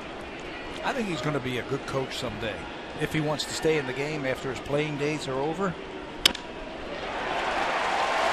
Ben Revere with another 3-hit effort this afternoon.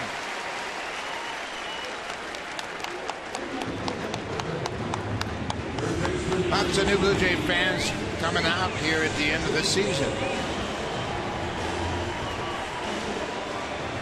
14 hits now for the Blue Jays.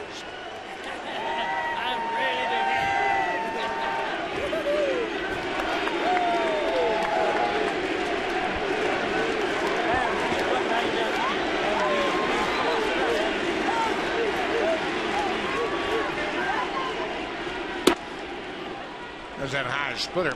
Donaldson lays on. Josh had a sac fly in the 6th, had an RBI double in the 1st.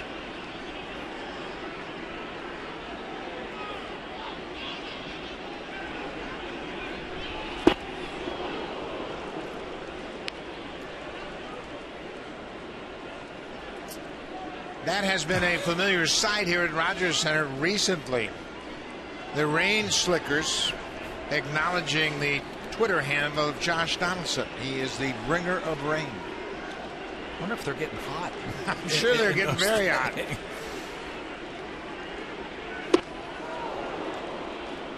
But they're certainly into the spirit of the season, aren't they? Yeah. We have seen a lot of creativity from the fans with the signs and some of the other things that they have done, like this right here, getting dressed up for the ball game. Everybody getting into Blue Jay fever right now. Base hit.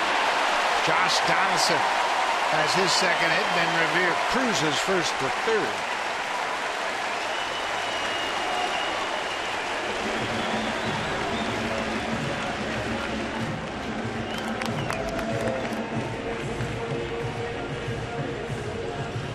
So Jose Bautista has been on base 3 times, and he will be lifted in favor of a pinch hitter. Bautista has scored 3 runs this afternoon, and he got it all started with a big 2-run home run in the 1st, part of a 3-run 1st inning. Bautista walked and scored in the 3rd, had an RBI double, and scored in the 6th. 3 runs scored, sandwiched around all of those was a ground ball double play. So Ezequiel Carrera will grab a bat. Carrera coming off the bench to pinch it. Bautista has now scored 93 runs. That's second only to his teammate Josh Donaldson. And he's also driven in 94. What a season.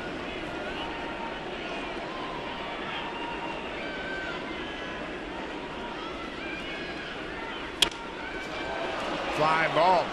Revere tagging at 3rd. Reimel setting up for the throw. Here comes Revere. They'll throw to 2nd. And they'll concede the run. Carrera delivers a pinch sac fly. Nothing like coming off of the bench and getting yourself an RBI Blue Jays with yet another sacrifice fly as Carrera delivers, picks up the RBI.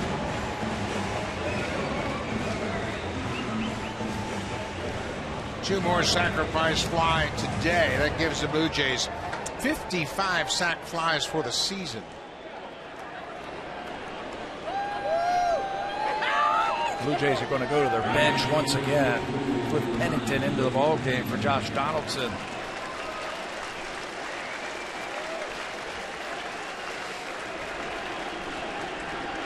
Donaldson with another big day. He was on base 4 times this afternoon.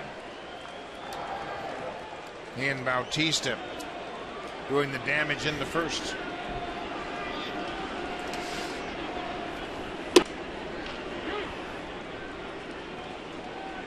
Edwin Encarnacion's had 2 hits this afternoon. Remember, the Blue Jays turned things around right away. They'll play tomorrow afternoon in Fenway Park. Yeah, hop on a plane, get to Boston tonight, and turn around. 1 o'clock game tomorrow. Have a bowl of chowder and go get him tomorrow. Chowder? All right. Deep drive to center. Jones back, and he's going to make the catch. He turned in 2 different directions, but was able to make the catch on Encarnacion.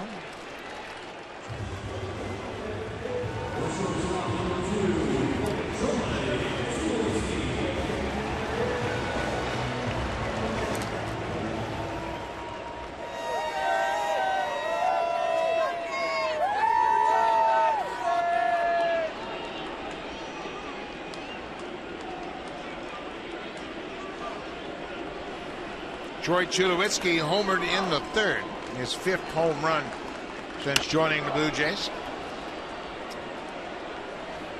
Tulowitzki came to Blue Jays on July 29th. This is the 35th game the Blue Jays have played since acquiring Tulowitzki.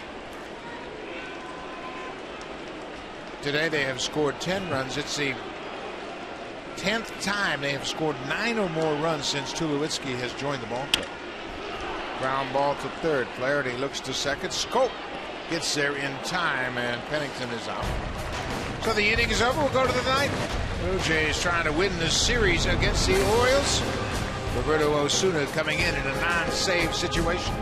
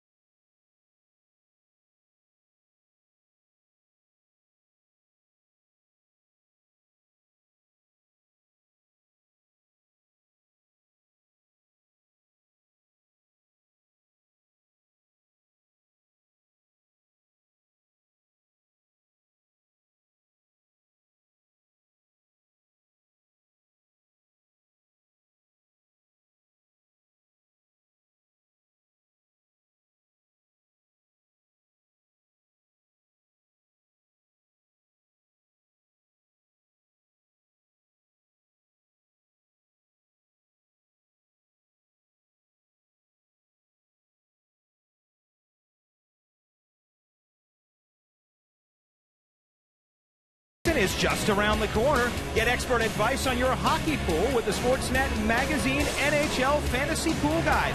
Available now on newsstands or visit sportsnet.ca/magazine for details. Who's your #1 pick, Buck, for the NHL pool? Oh, boy. It's got to be Sidney Crosby, doesn't it? Just because he's so good every year? I'd go Stamkos, but I hear you. Yeah, just because you saw him take BP. Yeah, exactly. You're trying to, get up close to him. Roberto Osuna into the ball game. You mentioned it's not a non-save situation right here. Osuna needs some work. He last worked 5 days ago. That was against the Cleveland Indians, where he Had a blown save, actually, an inning, a couple of hits, and an earned run. There are his numbers for the season. Pennington came into the game as a pinch runner for Josh Donaldson. He takes over defensively at third. Pinch hitter Carrera batted for Bautista. He is in right. Ben Revere backs up, and Steve Clevenger flies out on one pitch, and that's exactly what the Blue Jays are hoping for. A very smooth inning for Osuna. And a quick inning for Osuna. Just a little tune-up before they head out on the road after the ball game here. He hasn't worked in 5 days, so it's imperative that you keep him sharp.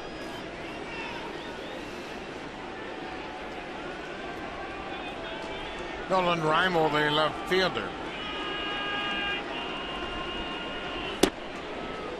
The Orioles have scored 3 runs on 5 hits. Flaherty hit a 2-run home run in the 5th to get them on the scoreboard. Paredes had an RBI double in the 6th. Once again, the Blue Jays bullpen coming out and really slamming the door on the Orioles. Hawkins gave up a run in his inning of work, and then Hendricks, Lowe, and now Osuna.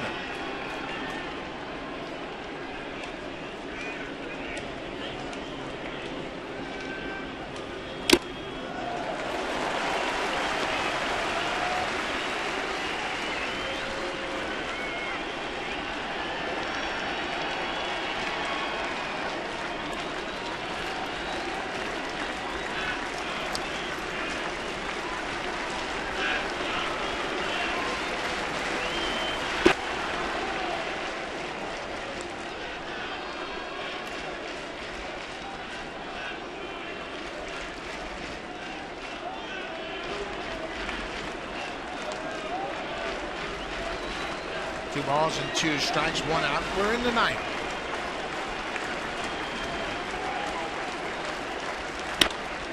Fly ball to left. Revere back at the wall. This ball is gone into the bullpen in left. Reimold's 3rd home run of this season.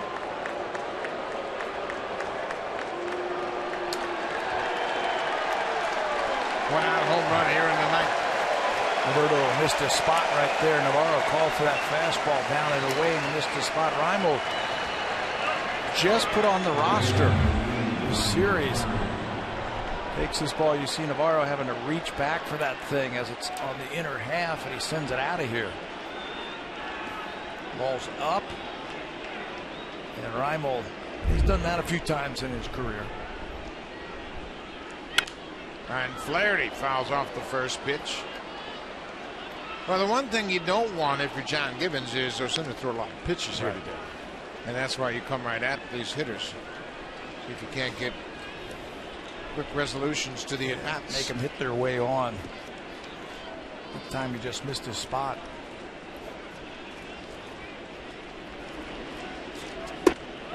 There's a good changeup.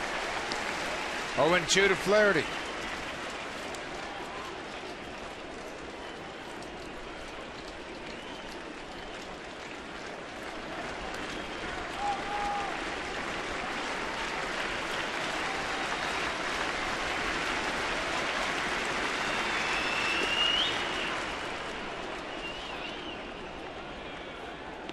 Everybody's talking about Osuna. Can the Blue Jays win with a guy who's just 20 years old in such a big role? I say yes. This guy doesn't act like a 20-year-old. Osuna's got outstanding stuff. And he can make things happen. He strikes out Flaherty, 2nd out in the inning. I agree with you 100%. We have never seen Osuna act like he's 20 years old. People don't win or lose by looking at your birth certificate. They look at the talent and what you bring. And this guy brings some heat right here. Well, that's a great statement. You know, they don't step in the batter's box and say, "How old are you, kid?" They just say, "Man, he's got good stuff." Got good stuff.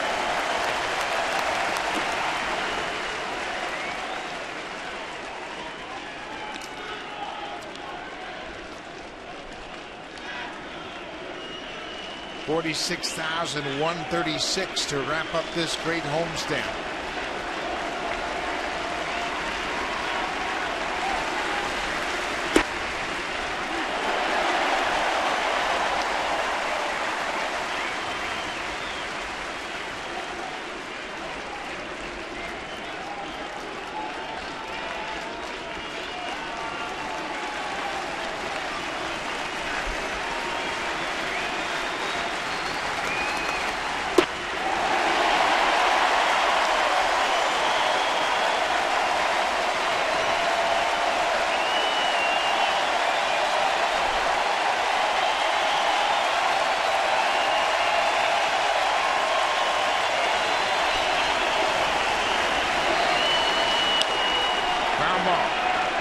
Has it at third.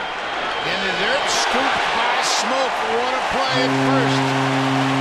A nice little ribbon on a great homestand. The Blue Jays go 7-2 on the homestand and win the series against the Orioles. Contribution from everybody this afternoon. They had 3 home runs. Ben Revere, I thought, had a great game, and the Blue Jays go 20 games over 500.